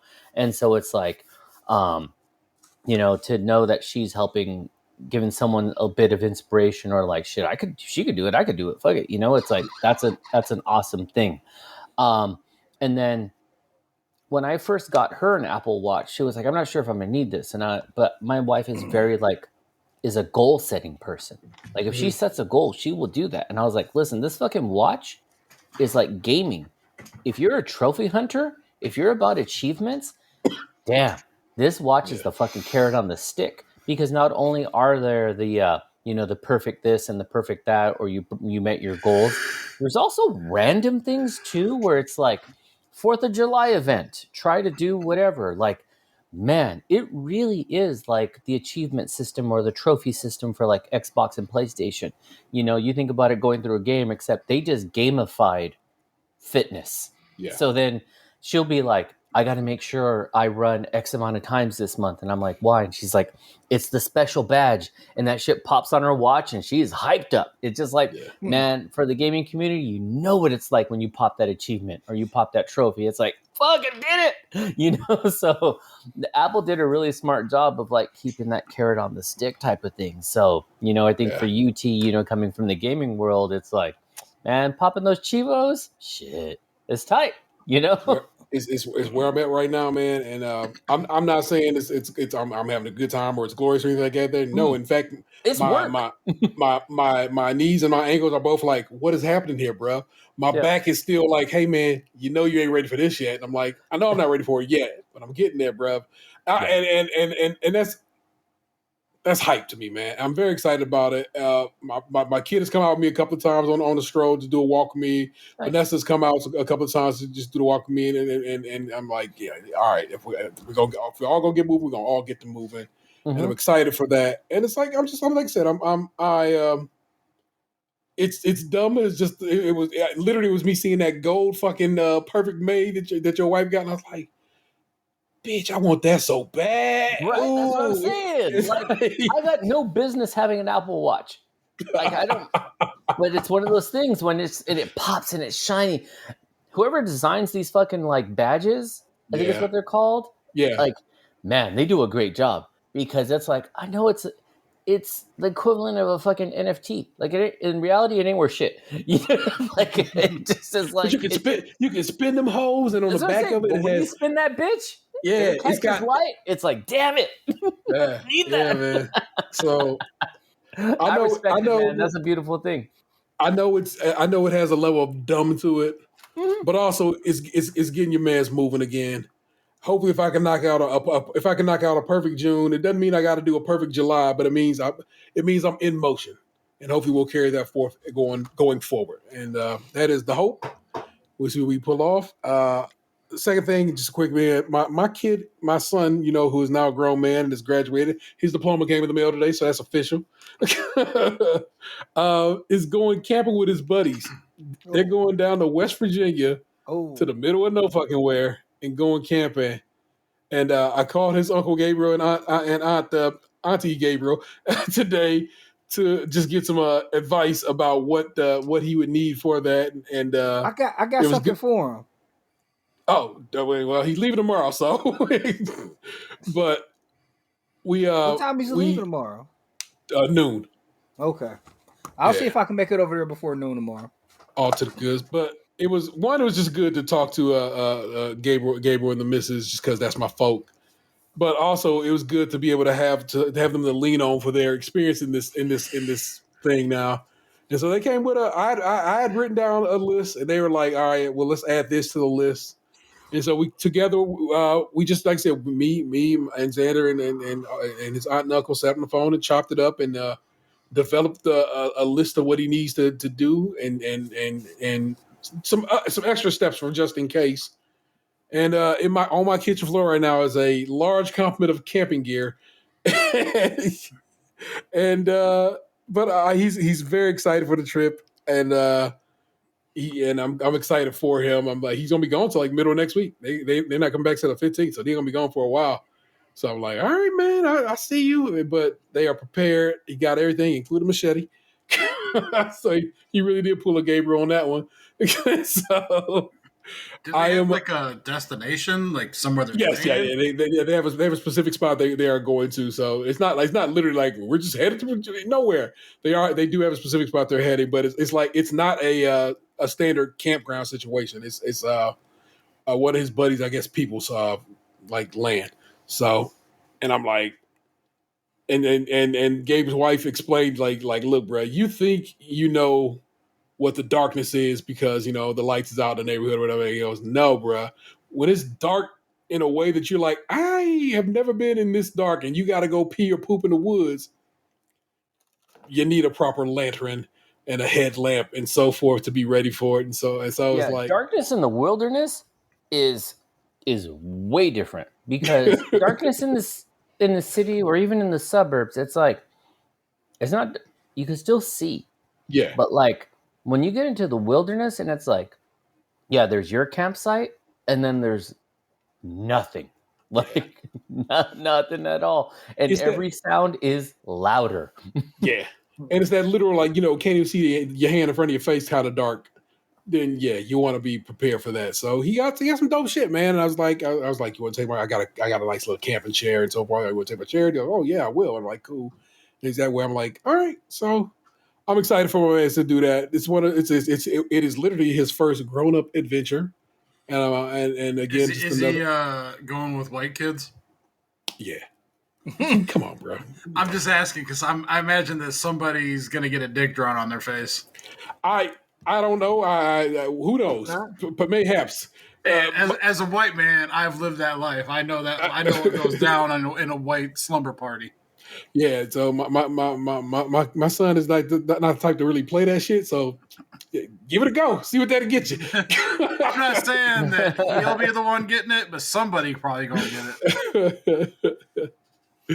But we shall see, man. But I thought that was pretty dope. And like I said, of course, props out to his aunt and uncle, who is people that we fuck with. If you listen to the show, you've heard before, and for being there to give us some guidance, some advice on the situation. So I thought that was pretty dope. But that is what's up with us. You know what I'm saying? Let's head over to the mean streets of Reddit right quick and give you a little Am of the Asshole secret. We've already recorded that. So all you're going to hear right now on the live version of this very podcast that you could be watching right on YouTube right now is Am of the Asshole for refusing to let my daughter do an after-school detention and threatening to pick her up. Am the asshole for refusing to let my daughter do an after-school detention and threatening to pick her up. My daughter, Amanda, female, 13, has cerebral palsy. She's able to walk independently but cannot walk for long periods of time and cannot walk on anything other than even ground without assistance, i.e. stairs, have to have some rails, can't walk on rocks, sand, etc. She has an IEP. For this, She has an IEP for this that states what she can and cannot do in PE, excursions, etc. It's relevant to note that Amanda catches the bus home, but can only catch a specific route as the other route the school offers drops her off at a road about a mile away that has no footpath.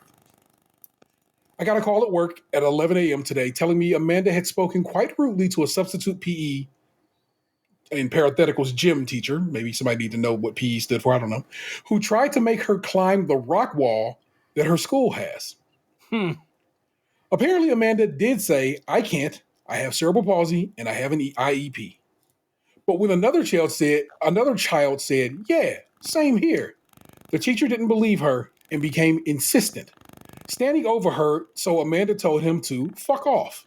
And wouldn't repeat anything but fuck off until she was sent to the office. It is in the handbook that this type of offense is a same day after school detention. But when the principal called me, I said, absolutely not. I told them they were welcome to do a week's worth of lunch detentions or even schedule it so that I can change my work schedule. But absolutely not this afternoon. My husband is away from work. I have to work until 6 p.m. and I need Amanda to be on her regular bus because I have nobody who can drop her off at home at 4:30 when detention finishes.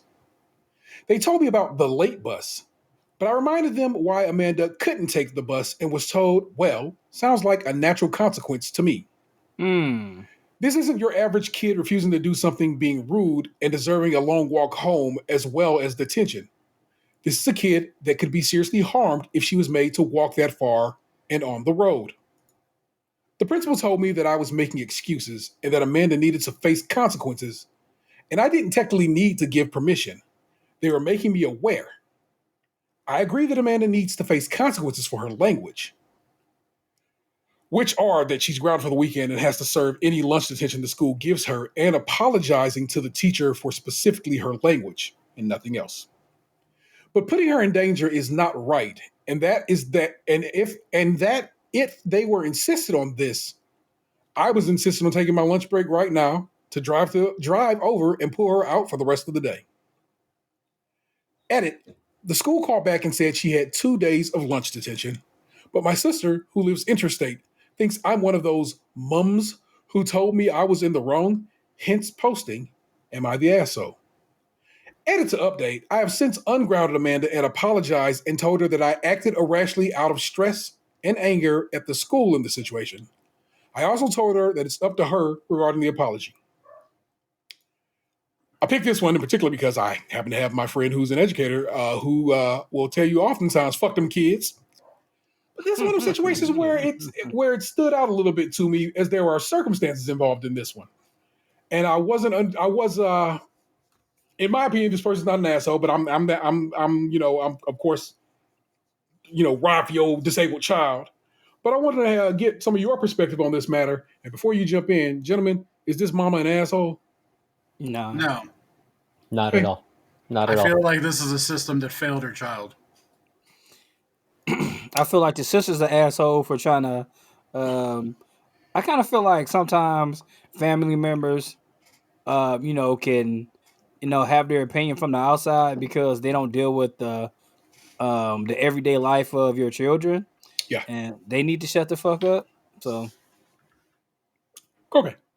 I agree. I think sister is an asshole. I think substitute's an asshole, and the school site themselves, they're all assholes. Yeah. I think, I recently had a conversation with a staff member where I let them know, I said, you are 42 years old. That child is 7. I expect the child to behave irrationally and impulsively, but I expect you to behave like somebody who is not a full adult behaving like a 7-year-old. You are choosing to behave at this child's level.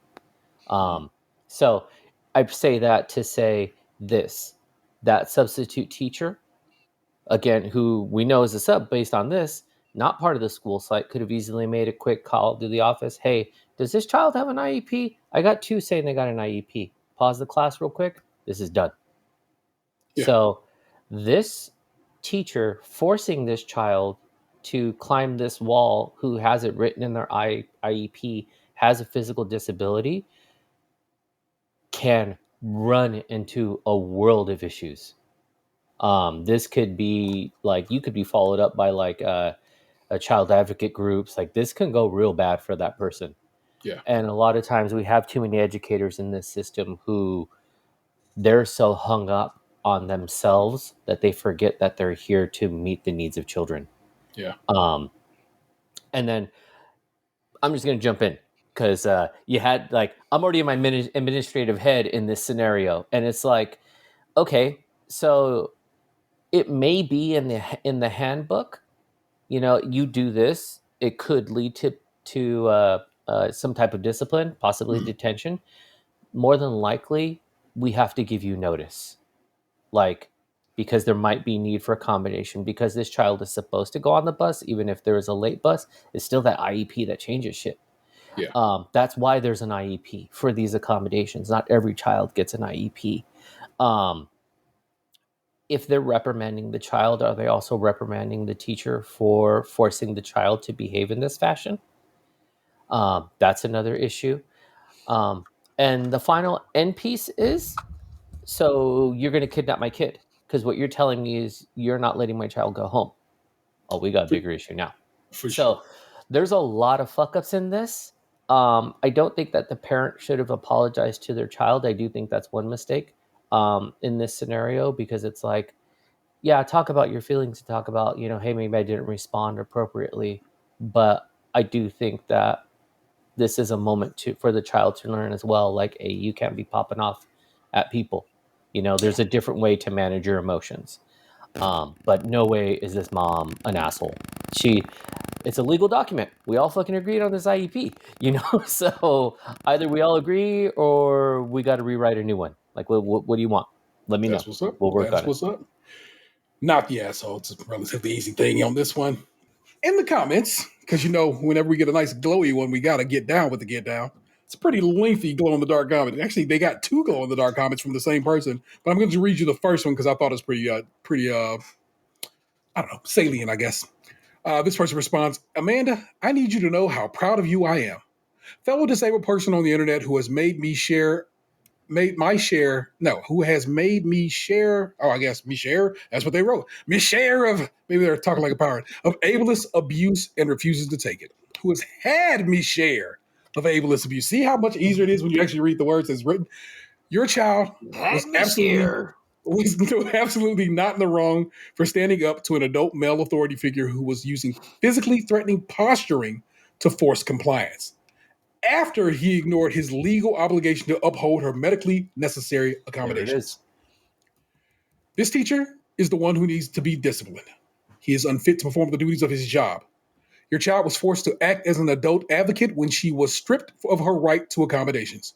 She stood up to a physically aggressive posturing and verbal threats. She first made her medical accommodation needs clear, and he ignored her. Then he escalated and continued to escalate the situation. Why in the fuck did the school not provide him with a class roster so he could already have the information needed to perform the duties of his job? Why in the fuck is a little girl made responsible for enforcing her medical accommodation at school? No. I want to make sure I got all the no's. There are instances in which no. there are instances in which telling someone to fuck off repeatedly is necessary. This is one of those instances. This needs to be escalated immediately because your child should never, ever, under any circumstances, have been put in a position where she was forced to stand up to an ableist abuse and threatening behavior from a staff member. Your kid got forced into a corner and they fought their way out. This is one of those instances where punishing her teachers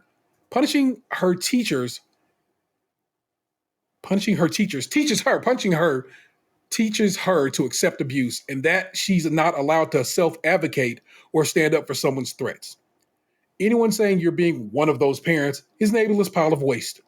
You are not the asshole, and neither is your kid. I'm fucking proud of her, and I'm here to tell the gym teacher and every staff member who made this mess to fuck right off along with her. Edit. I'm fuming. I see the typos and I don't care. Y'all can extrapolate from Bork data. And then edit number 2, edit. Yep, Sophie on me, I just accidentally commented that instead of actually editing my comment, then deleted it because holy fuck, ableism is violence and should be met with proportionate pushback, which this kid did. Edit, the third. Thank you all for your awards. Amanda's a rock star, and it makes me so fucking happy to see all of y'all supporting her extremely appropriate response to ableist violence. Fuck, the world needs more kids like her, but when the freedom to use her fierceness for whatever the fuck interests her, not because she's forced to defend herself. So, again, I want you to realize that response was longer than the initial "am of the asshole," but I got to put some respect on it because it's real. Which you just heard an educator tell you outright. Most of that shit, it's factually accurate. We just don't be apologizing to kids. Yeah. Now, I do want to add this in because I heard it mentioned a few times in this person's response. I think, just as a little side note, I think categorizing people into groups is also a very problematic issue. Mm-hmm. This person is an asshole, not an ableist. Yeah. Like, their actions weren't ableist actions because the person was denying the IEP. Yeah. I deal with this quite often where someone says, this person is this category, so this must have occurred. Yeah. I think it's okay to say, no, this person's a dick. Like, correct. His actions weren't ableist. He's just a fucking dick. Like, we got to put that there because then it sort of creates a comfort zone when we go like, well, you know how ableist, I side with this, I side with that. But I think it puts people in a category as opposed to attacking the actual person.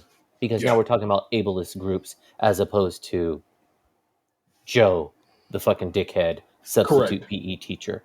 So for any parents listening along the way, try to avoid the groupings because once you come into a meeting with me or other educators, when you start talking about groupings, we can now take the heat off of the individual and now address groups. You don't want to address groups. You want to address the individual. So that's just a bit of advice whenever you need to go into the office.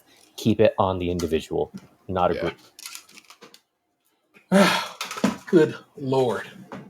Anyway, so you got more. This is why even if you watch the TikTok, you got to come over here and just listen to the show because TikTok gonna give you a little something, and I'm gonna sprinkle you a little delicious. I'm saying, but you ain't gonna get it all because we really be having dope little breakdowns and discussions and shit like that there.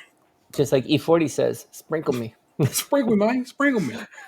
In the realm of entertainment, as we wrap this show up, T was wise enough this week to write down everything he watched and played so he'd be a little more prepared. And I saw via Spanish Netflix, Jurassic World Fallen Kingdom. Spanish Netflix. Yeah, I had to use my VPN to switch over to Spain. Via German Netflix, I watched Jumanji: Welcome to the Jungle. I've always wanted to see that the new Jumanji. Not even the sequel, the first one, the one with The Rock and Kevin Hart, even though they're in both of them. I'd never seen it and always wanted to because I actually enjoyed the first Jumanji and what's the sequel Jumanji? Zathura. I like both of those movies.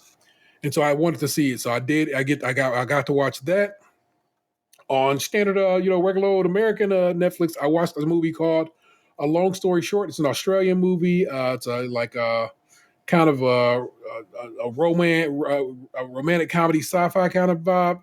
And I would tell you to watch. It's pretty fucking good. A guy, he starts living huge chunks of his life every 15 or 20 minutes. You know what I'm saying? All of a sudden a year passes.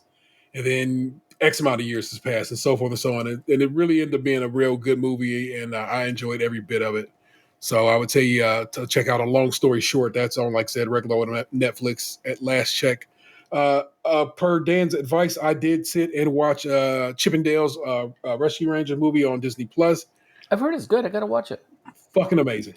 If you have any affinity for the Disney Afternoon series of cartoons or Chippendale in particular, it's so good. It's so much fun. It's so well made. And I'll just go watch it. It's dope. Mm-hmm. It really was. It really was great. Thanks, Dan, for that rec. And I watched. This is so dumb. So I'm on TikTok. Y'all, I'm a TikTok dude. Somebody posted on TikTok this scene of a Hallmark movie. I guess it's Hallmark's first lesbian or at least LGBTQIA Hallmark movie, or maybe I don't know if it's the first, but it's an early one. And they post a scene, and the scene is so fun and funny. I was like, what is that? And then somebody's in the comments like, oh, it's a Hallmark movie. And then somebody's like, damn, where do you watch Hallmark movies at? And somebody was like, you go to this website. That's where I watched it. And I was like, oh, word? So I go to this website, which is like watch movies free dot whatever. And yeah, sure as shit, I watched that movie, whose name I actually didn't write that one down. But what I did notice is on that top list of those movies on that site was Everything, Everywhere, All at Once, which is a movie I've been hearing so much about lately. And I was like, see if I can watch this. And because I'd watched the Hallmark movie, I was like, well, this shit works on the website. It works really well. There's a website. There's a web browser on my Xbox. Let's see if it works on the Edge. Sure as shit, it works on Edge. So I got to watch that movie on the big screen in my living room. Everything All at Once is a movie now I want to see in the theater. It is hands down one of the most fascinating and interesting movies I have seen in years. It is well worth the trip to the theater or to that website I just told you about. I wish I knew what the actual name was, but you probably know. Trust your boy on that. That it's possible to watch that movie. Also, it's out on digital right now. So if you wanted to be, a good guy and pay the bucket. And that's an A24 film, and they've really been putting out some shit. Like that's amazing. They really are. That is really an interesting company to see grow and go through. But they are the new Focus Films. That is definitely. Michelle Yeoh, who you know from everything. I forgot his name, but the guy who played Data and the guy who played Short Round in Indiana Jones is a grown ass man now and hasn't really been doing a lot of acting. But they brought him in for this movie and fucking crushes it. This movie will be nominated for multiple Academy Awards. You think I'm fronting, but I'm not. I'm telling you right now, that movie's going to get a lot of award nominations and hopefully a lot of wins. Fascinating. Just a dope-ass movie. It involves the multiverse and so forth and so on and everything everywhere all at once. You should be watching that fucking movie. Geddy Watanabe. Is that his name? No, that's not his name. That's him, isn't it? No, hold on. Because he used to go by... I went to go see that while I was in Boston a couple weeks back. So word. What theater did you go to in Boston? It was the AMC. That was okay. Never mind. I know where you went. I know exactly where you went. Right across the street from a big old park. Yes. Oh no, wrong name. This is a Kie Kwan. Yeah, Ki Hui Kwan. Yeah. Used to go by Johnny Kwan. You know what I'm saying? Back in the day, before he thought he needed to use an American name, but he's going by his. Yeah, he's actually going by his actual name. And hit the Kwan. Jamie Lee Curtis is in that movie. James Hong, Jenny Slate. It's such a good cast, and it's like I said, it's such an interesting film. And I really want to see it on the big screen. And I see that it's still playing at the Capitol, so I might make that happen. Yeah, it's playing. It gets still heavy out in the theaters. I know it's something that when I first heard about it, once I heard it was A24, I was like, oh, fuck, I really want to watch this. Yeah. And then when I started seeing like clips and shit, I was like, oh my God, like this is amazing. And then our homie Delvin Cox Experience, he does a little voodoo share with me. So I saw he just picked it up. So definitely going to check it out. Because that it won just like from the visuals was like blowing my fucking mind. I was like, this shit is crazy. Because it's a multiverse movie, every little internet wannabe critic was like, it does the multiverse so much better than Doctor Strange. And I'm like, these are two different bodies of work and are two very different things. Y'all got to chill. So that's the internet, though. One thing can be two things can be dope in their own way. I'm just gonna be real with you. You know what I'm saying? So I'm still fucking around with. I'm not really putting in effort, but I'm still fucking around with Vanquish, which I told you guys last week is like a 360 game from 2 years ago. Just playing on back and pat on the Xbox. After seeing the upcoming Sonic, what the fuck is that shit called? Generations Origins game. Frontiers. I've been like, I'm saying to myself, look, man, I have never been a Sonic guy. I've tried Sonic multiple times, but I want to be a Sonic guy because everybody who seems to play video games seems to think Sonic is a dope fucking game or a dope series of games. And I've owned Sonic CD on my Xbox forever, and I was like, I'm gonna fuck with it. I'm gonna get in there. I'm trying to see what Sonic CD doing. And you know what Sonic CD doing? Not a goddamn thing. Shit's whack. And I was very disappointed by it. I'm glad. I was waiting for you to respond because I was about to say, the Sonic hype, I feel, is a direct correlation to growing up poor. And if you grew up poor, then you love Sonic because you could find that on a sale because your family could not afford Mario. Damn. Man, I feel fucking seen right now. So the equation has validity. I don't agree with that. I kind of feel like it was just the alternative. Like we had a Sega, we played Sonic, and like Sonic. Especially, I think we got a Sega around Sonic 2, which and the dope. But did you have Nintendo? Yeah, we had a Nintendo. Okay, so this is the opposite of the equation. But if you have Nintendo, but if you had Nintendo, the equation doesn't work. We didn't have a Super Nintendo though. The first Nintendo console that I had that wasn't handheld was N64. I never owned a Nintendo. I never owned a Super Nintendo, but I had a Sega. I actually had two Segas. I had one at my grandma's house and one at my dad's house. Mm-hmm. Yeah, you see, the equation only goes one way, and that's you singularly only own Sega. That wasn't a secret. And what I was saying was because we could play at the same time. I could be Tails. My brother could be Sonic. Yeah. Like I said, I own Sonic Mania. I own Sonic Mania I have a physical copy, and I own Sonic Mania. Sonic Mania Plus was a physical copy. I own Sonic Mania just digitally. Like I said, it's not like I don't put money on this. I'll be trying. It's just I don't know. There's a way you have to play that game that I'm Sonic Mania on. I'm sorry. What? What platform do you have a Sonic Mania on? Oh, Switch. Oh, okay. Yeah. It's just the Switch is too far up. Yeah, that's true. The spinball one is a lot of fun. Spinball was good. Well, like I said, it's just there's a way you should be playing Sonic games that just doesn't fit my mindset, which is of course a very Nintendo oriented mindset, which is collect it all. Whereas in Sonic it is no, collect a bunch of it, lose it all, and keep pushing. And my brain don't work that way. Yeah. So now me and Sonic, when the games were like in the early generations, were amazing though. Because it was like graphically, that shit was out of this world.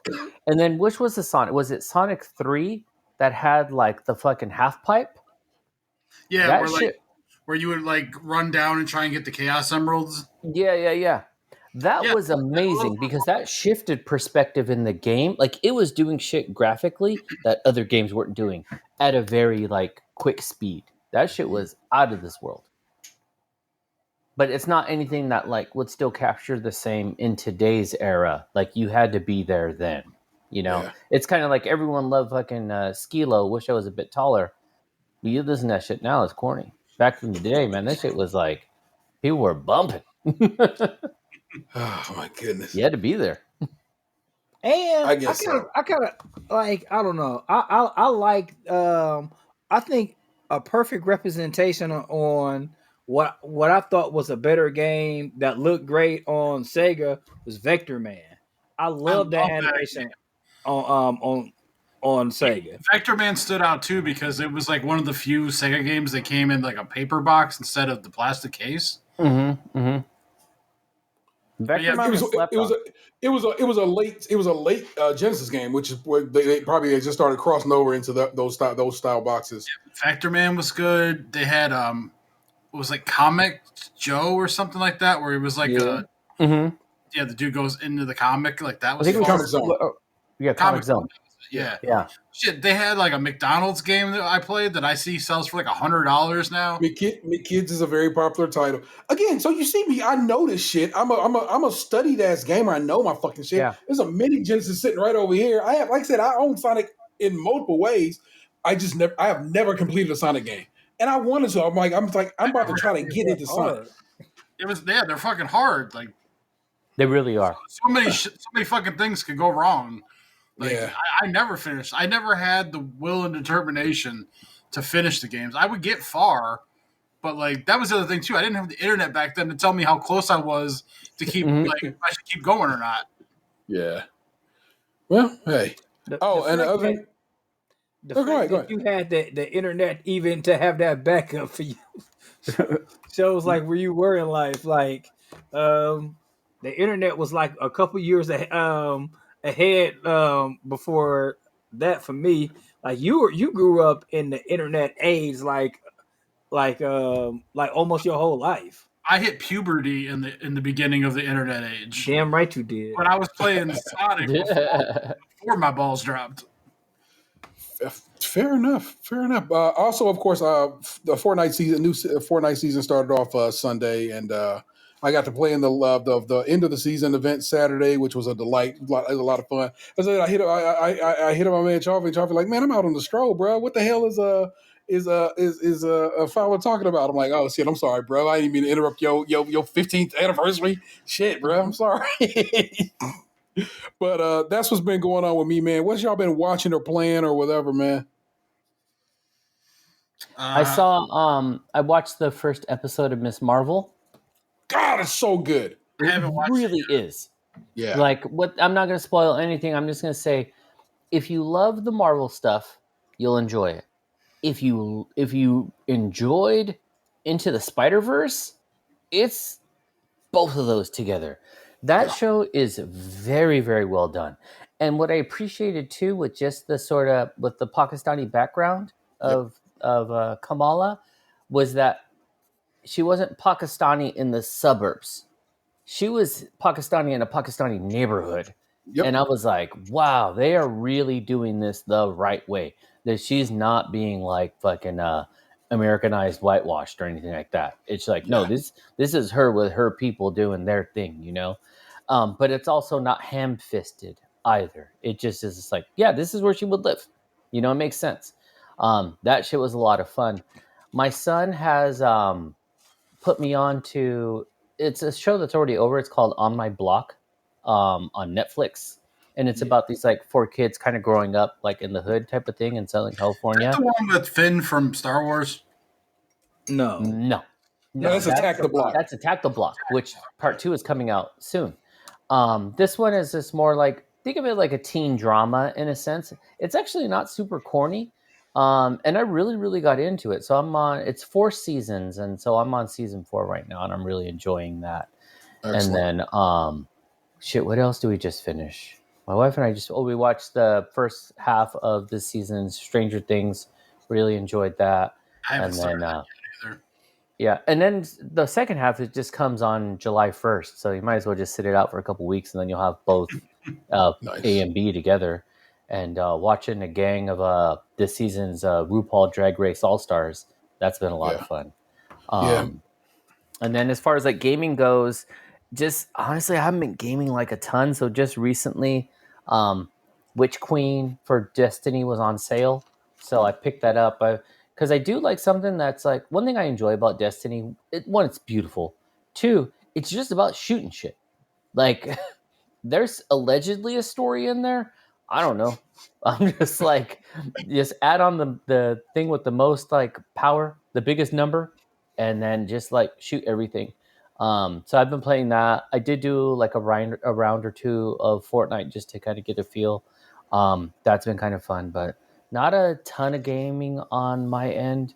I'm sure now that I'm on vacation, I'll be able to kind of like get some more game time in. So that's kind of been like my shit, like in a nutshell. Trying to think if there's anything big along the way. While we're talking about Fortnite, let me reach back here and grab did you get the comic? I did. This came out this week. This is Fortnite / Marvel Zero War, and in that comes a code that I've already used. So if you see the code, I don't care. They get you a skin for Fortnite, and it's a really nice skin. It's a Spider-Man Zero War Spider-Man costume, and it's pretty dope. and got that from a comic shop right around the way from the house. While there, I couldn't just buy that one comic. I ended up grabbing this Jane Foster and Thor comic #1. It's a variant cover. I didn't realize it was a variant cover, so that was just a come up.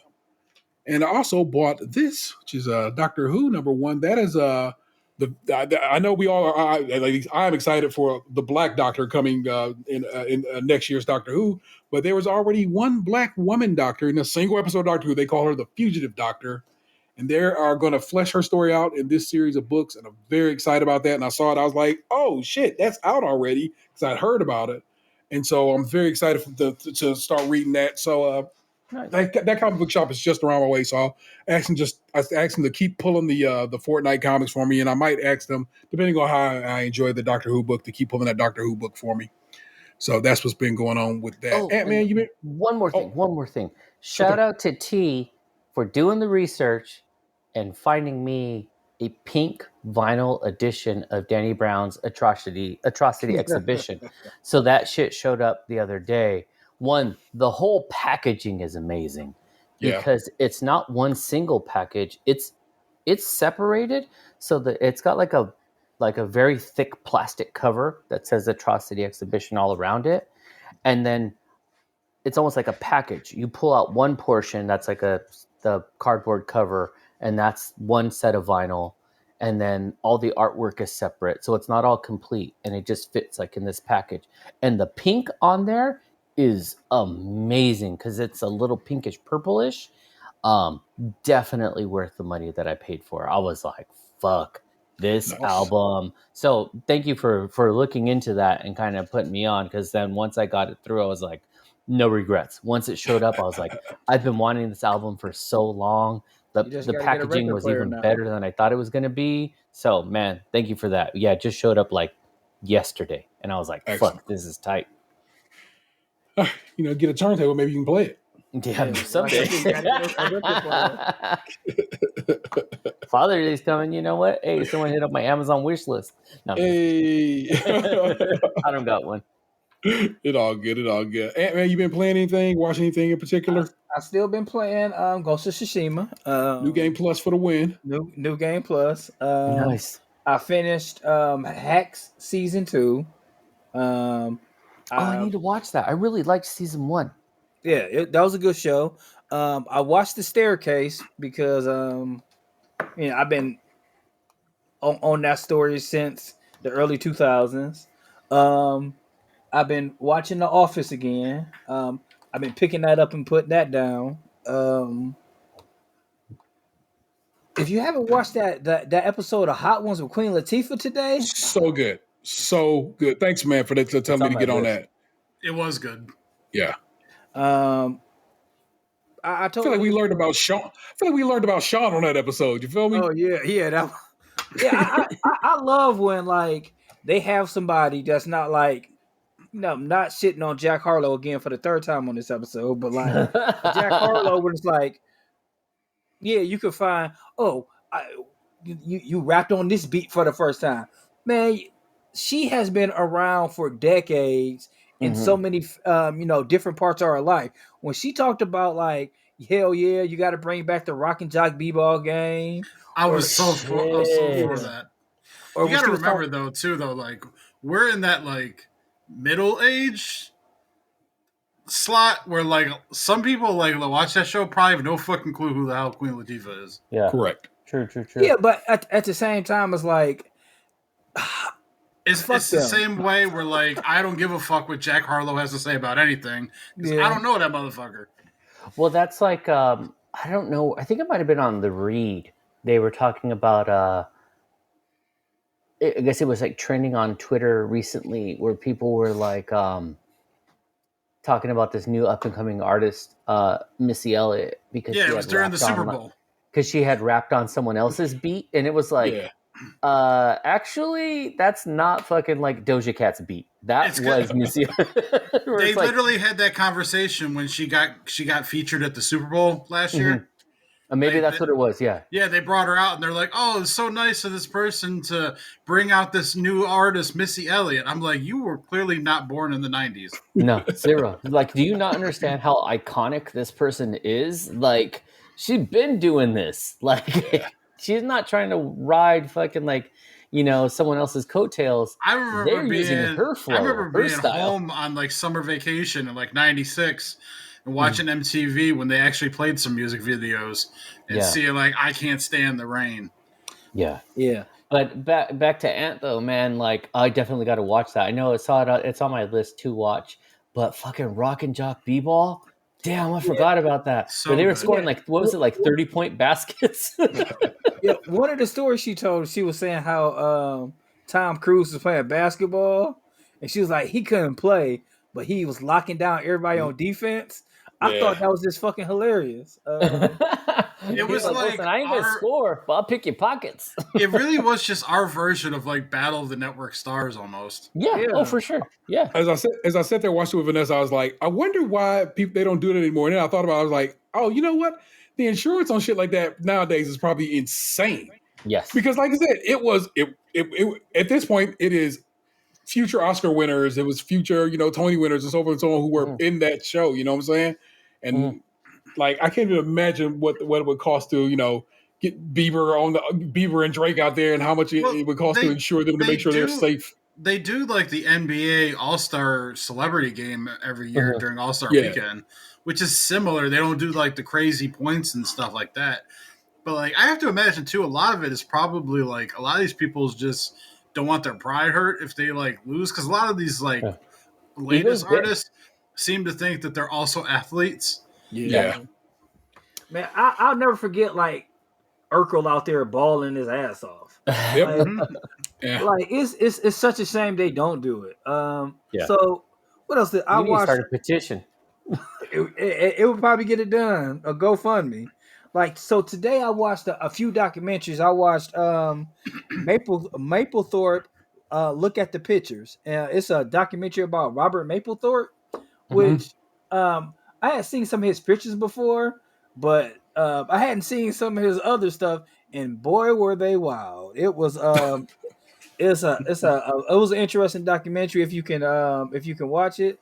But like I always try to watch like at least one documentary a day when I'm watching stuff. So that was about it. I'm gonna play Ghost of Tsushima until I can't play it no more. Like I was supposed to get that Quarry game pretty soon. Quarry, did it not ship yet?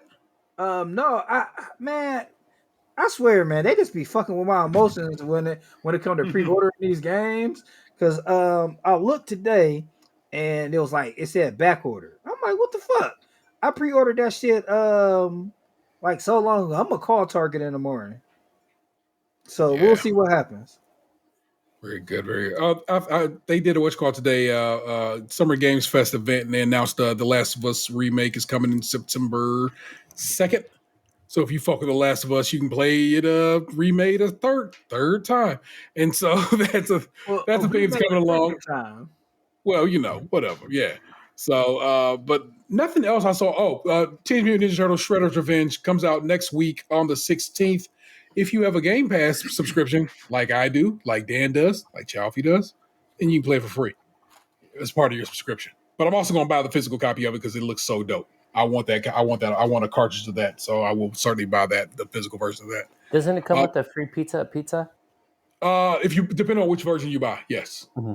So I think that's kind of fly. Box, you been playing anything or watching anything that you? I played Call of Duty one night last week and ended up yelling at one of my buddies. Oh no! Fair enough. Literally yelling. I watched the new Fantastic Beasts movie that dropped on HBO. Yeah. What? You said you were going to watch that last week. You were saying it had just come out and you wanted to set some time aside to watch that. I gotta check that out. I like the Fantastic Beasts movies. Yeah, this one was like okay. So go into it thinking that it's just okay. I watched the first couple episodes of the new season of The Boys. Yeah. I watched a couple more episodes of Halo. and I'm currently one episode behind on Obi-Wan. I have not started Miss Marvel because I didn't even know the show was coming out until it was like the afternoon of the day that it dropped. I have not started Stranger Things yet, and I still have to watch Sonic 2. Same. Speaking of oddly enough of whatever is a video gamer, I guess is I got a victory royale in Fortnite for the first time in a very long time. Hey, nice. So if that's Dolo, I wasn't playing squad. That was me by my lonesome, and I was like, and I put the video up. I was so hyped off my own shit. I was like, because that motherfucker's over there throwing chug jugs on himself, trying to armor up, and I was like, clap. Yeah, you got, bitch. And I felt good to fuck about it. I screamed so loud the neighborhood definitely heard me, man. But that's what's up. You know what I'm saying? Josh is cooking Johnson brats. You know what it is, man. Please rate, review, subscribe, and share the show wherever possible. Subscribe to our YouTube channel where you can be watching this live right now, people. Subscribe to our Twitch channel. I'm set up right now to play this analog pocket that is sitting right here. I set it up the other day. I was like, I'm gonna jump back on Twitch, start playing my little Game Boy game. So sooner than later, you'll see me on there. Follow us over on Twitter, Skimpod, SKIMPOD, and that's what's up. If you want to support the show financially, got a few bucks to toss our way, well, join us over on Patreon, where members of the $5 and above tier get extra content each month and early access to new shows. We also have merch available over at tpublic.com/user/StageCrunchyMilk, all one word. And feel free to give us a call at 216-264-6311. That's 216-264-6311. We'd certainly love to hear from you. And this week, we have someone who did just that. So I'm going to attempt to share the screen and play you guys these voicemails. Let's see if that works. Share audio, specific window, and that is this guy. I'm going to click share now. All right, that's there. Hi, Stays. And yo, it's Mike Fowler. Obviously, I'm listening to the newest. Can y'all hear that? With fuck Mike Fowler. ODP's, I guess, his application to become a ghostwriter, and I am dying on my truck route listening. And I'm not saying it like I'm not laughing like, haha, can't believe you did that. I just more it's to have the balls to do it because also like behind the veil, I have wrote some love like stories between me and my fiance. It's like right when the starting of us getting together, and she still talks about some of the stories. So I'm more mad respect that you did it, and then also for the skim, I guess sex items, love stories. I really hope you don't put ODP's face on like condoms since he has 4 children. I don't think he has the best face for protection. But no, that's all I wanted to say. Thank you. And obviously, hopefully maybe I'm not even doing the show, but maybe Lunchbox did say that he was on the Cousin Teasel show, but hey, trying to get a free plug out of it. Thanks.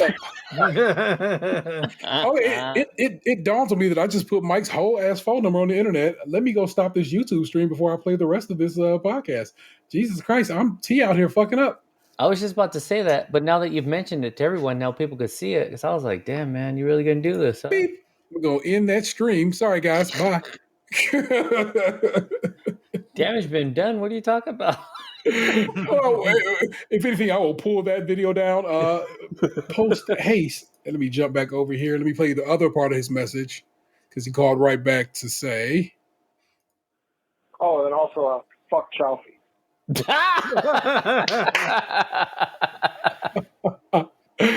So on the first one, I couldn't quite hear. Did he say that I did not promote the podcast or that I did?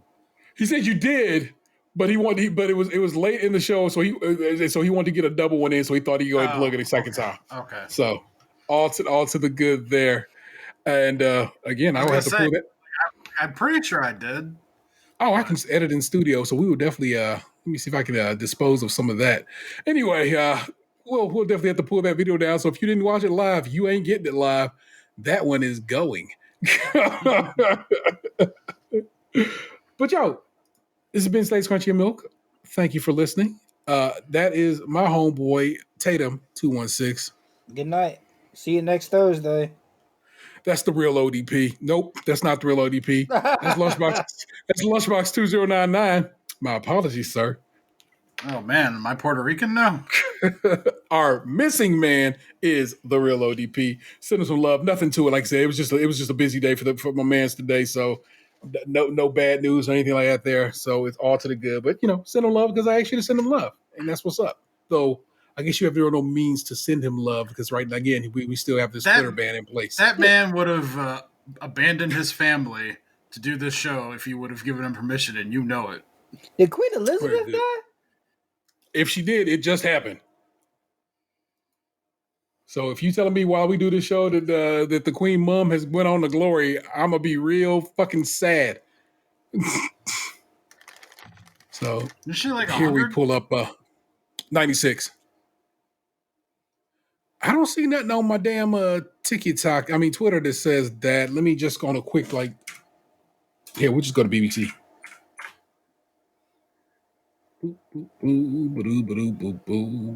If the Queen Mum died, no, I see nothing about the Queen Mum having passed away on BBC. Yeah, I type in Queen on Twitter. The first one that comes up is Latifah. Why? What made you think she went on to glory? My uncle Preston. Oh, well, word to Uncle Preston, who may just be ahead of the curve in these matters. I was going to send my man Chaffee on his way, but it looks like his computer sent him on his way for him. So that is my man Chaffee. You can follow him on Twitter at El Chaffee, and on Instagram at just Chaffee. And he, of course, is the host of Cadillac on Mars podcast, and always dope. And I would tell you to go give it a listen. I'm on that bitch every month. Yeah, me. You get more of me, only not hosting, which is a different. It's a different muscle to exercise when I'm doing that. So that's what's up there. Who you were just hearing about, am the Internet's Table 713. You've just been podcasting. I know you loved it. Catch you on the flip. Peace. He sent me a prank. Dad, what happened to you? You used to be beautiful.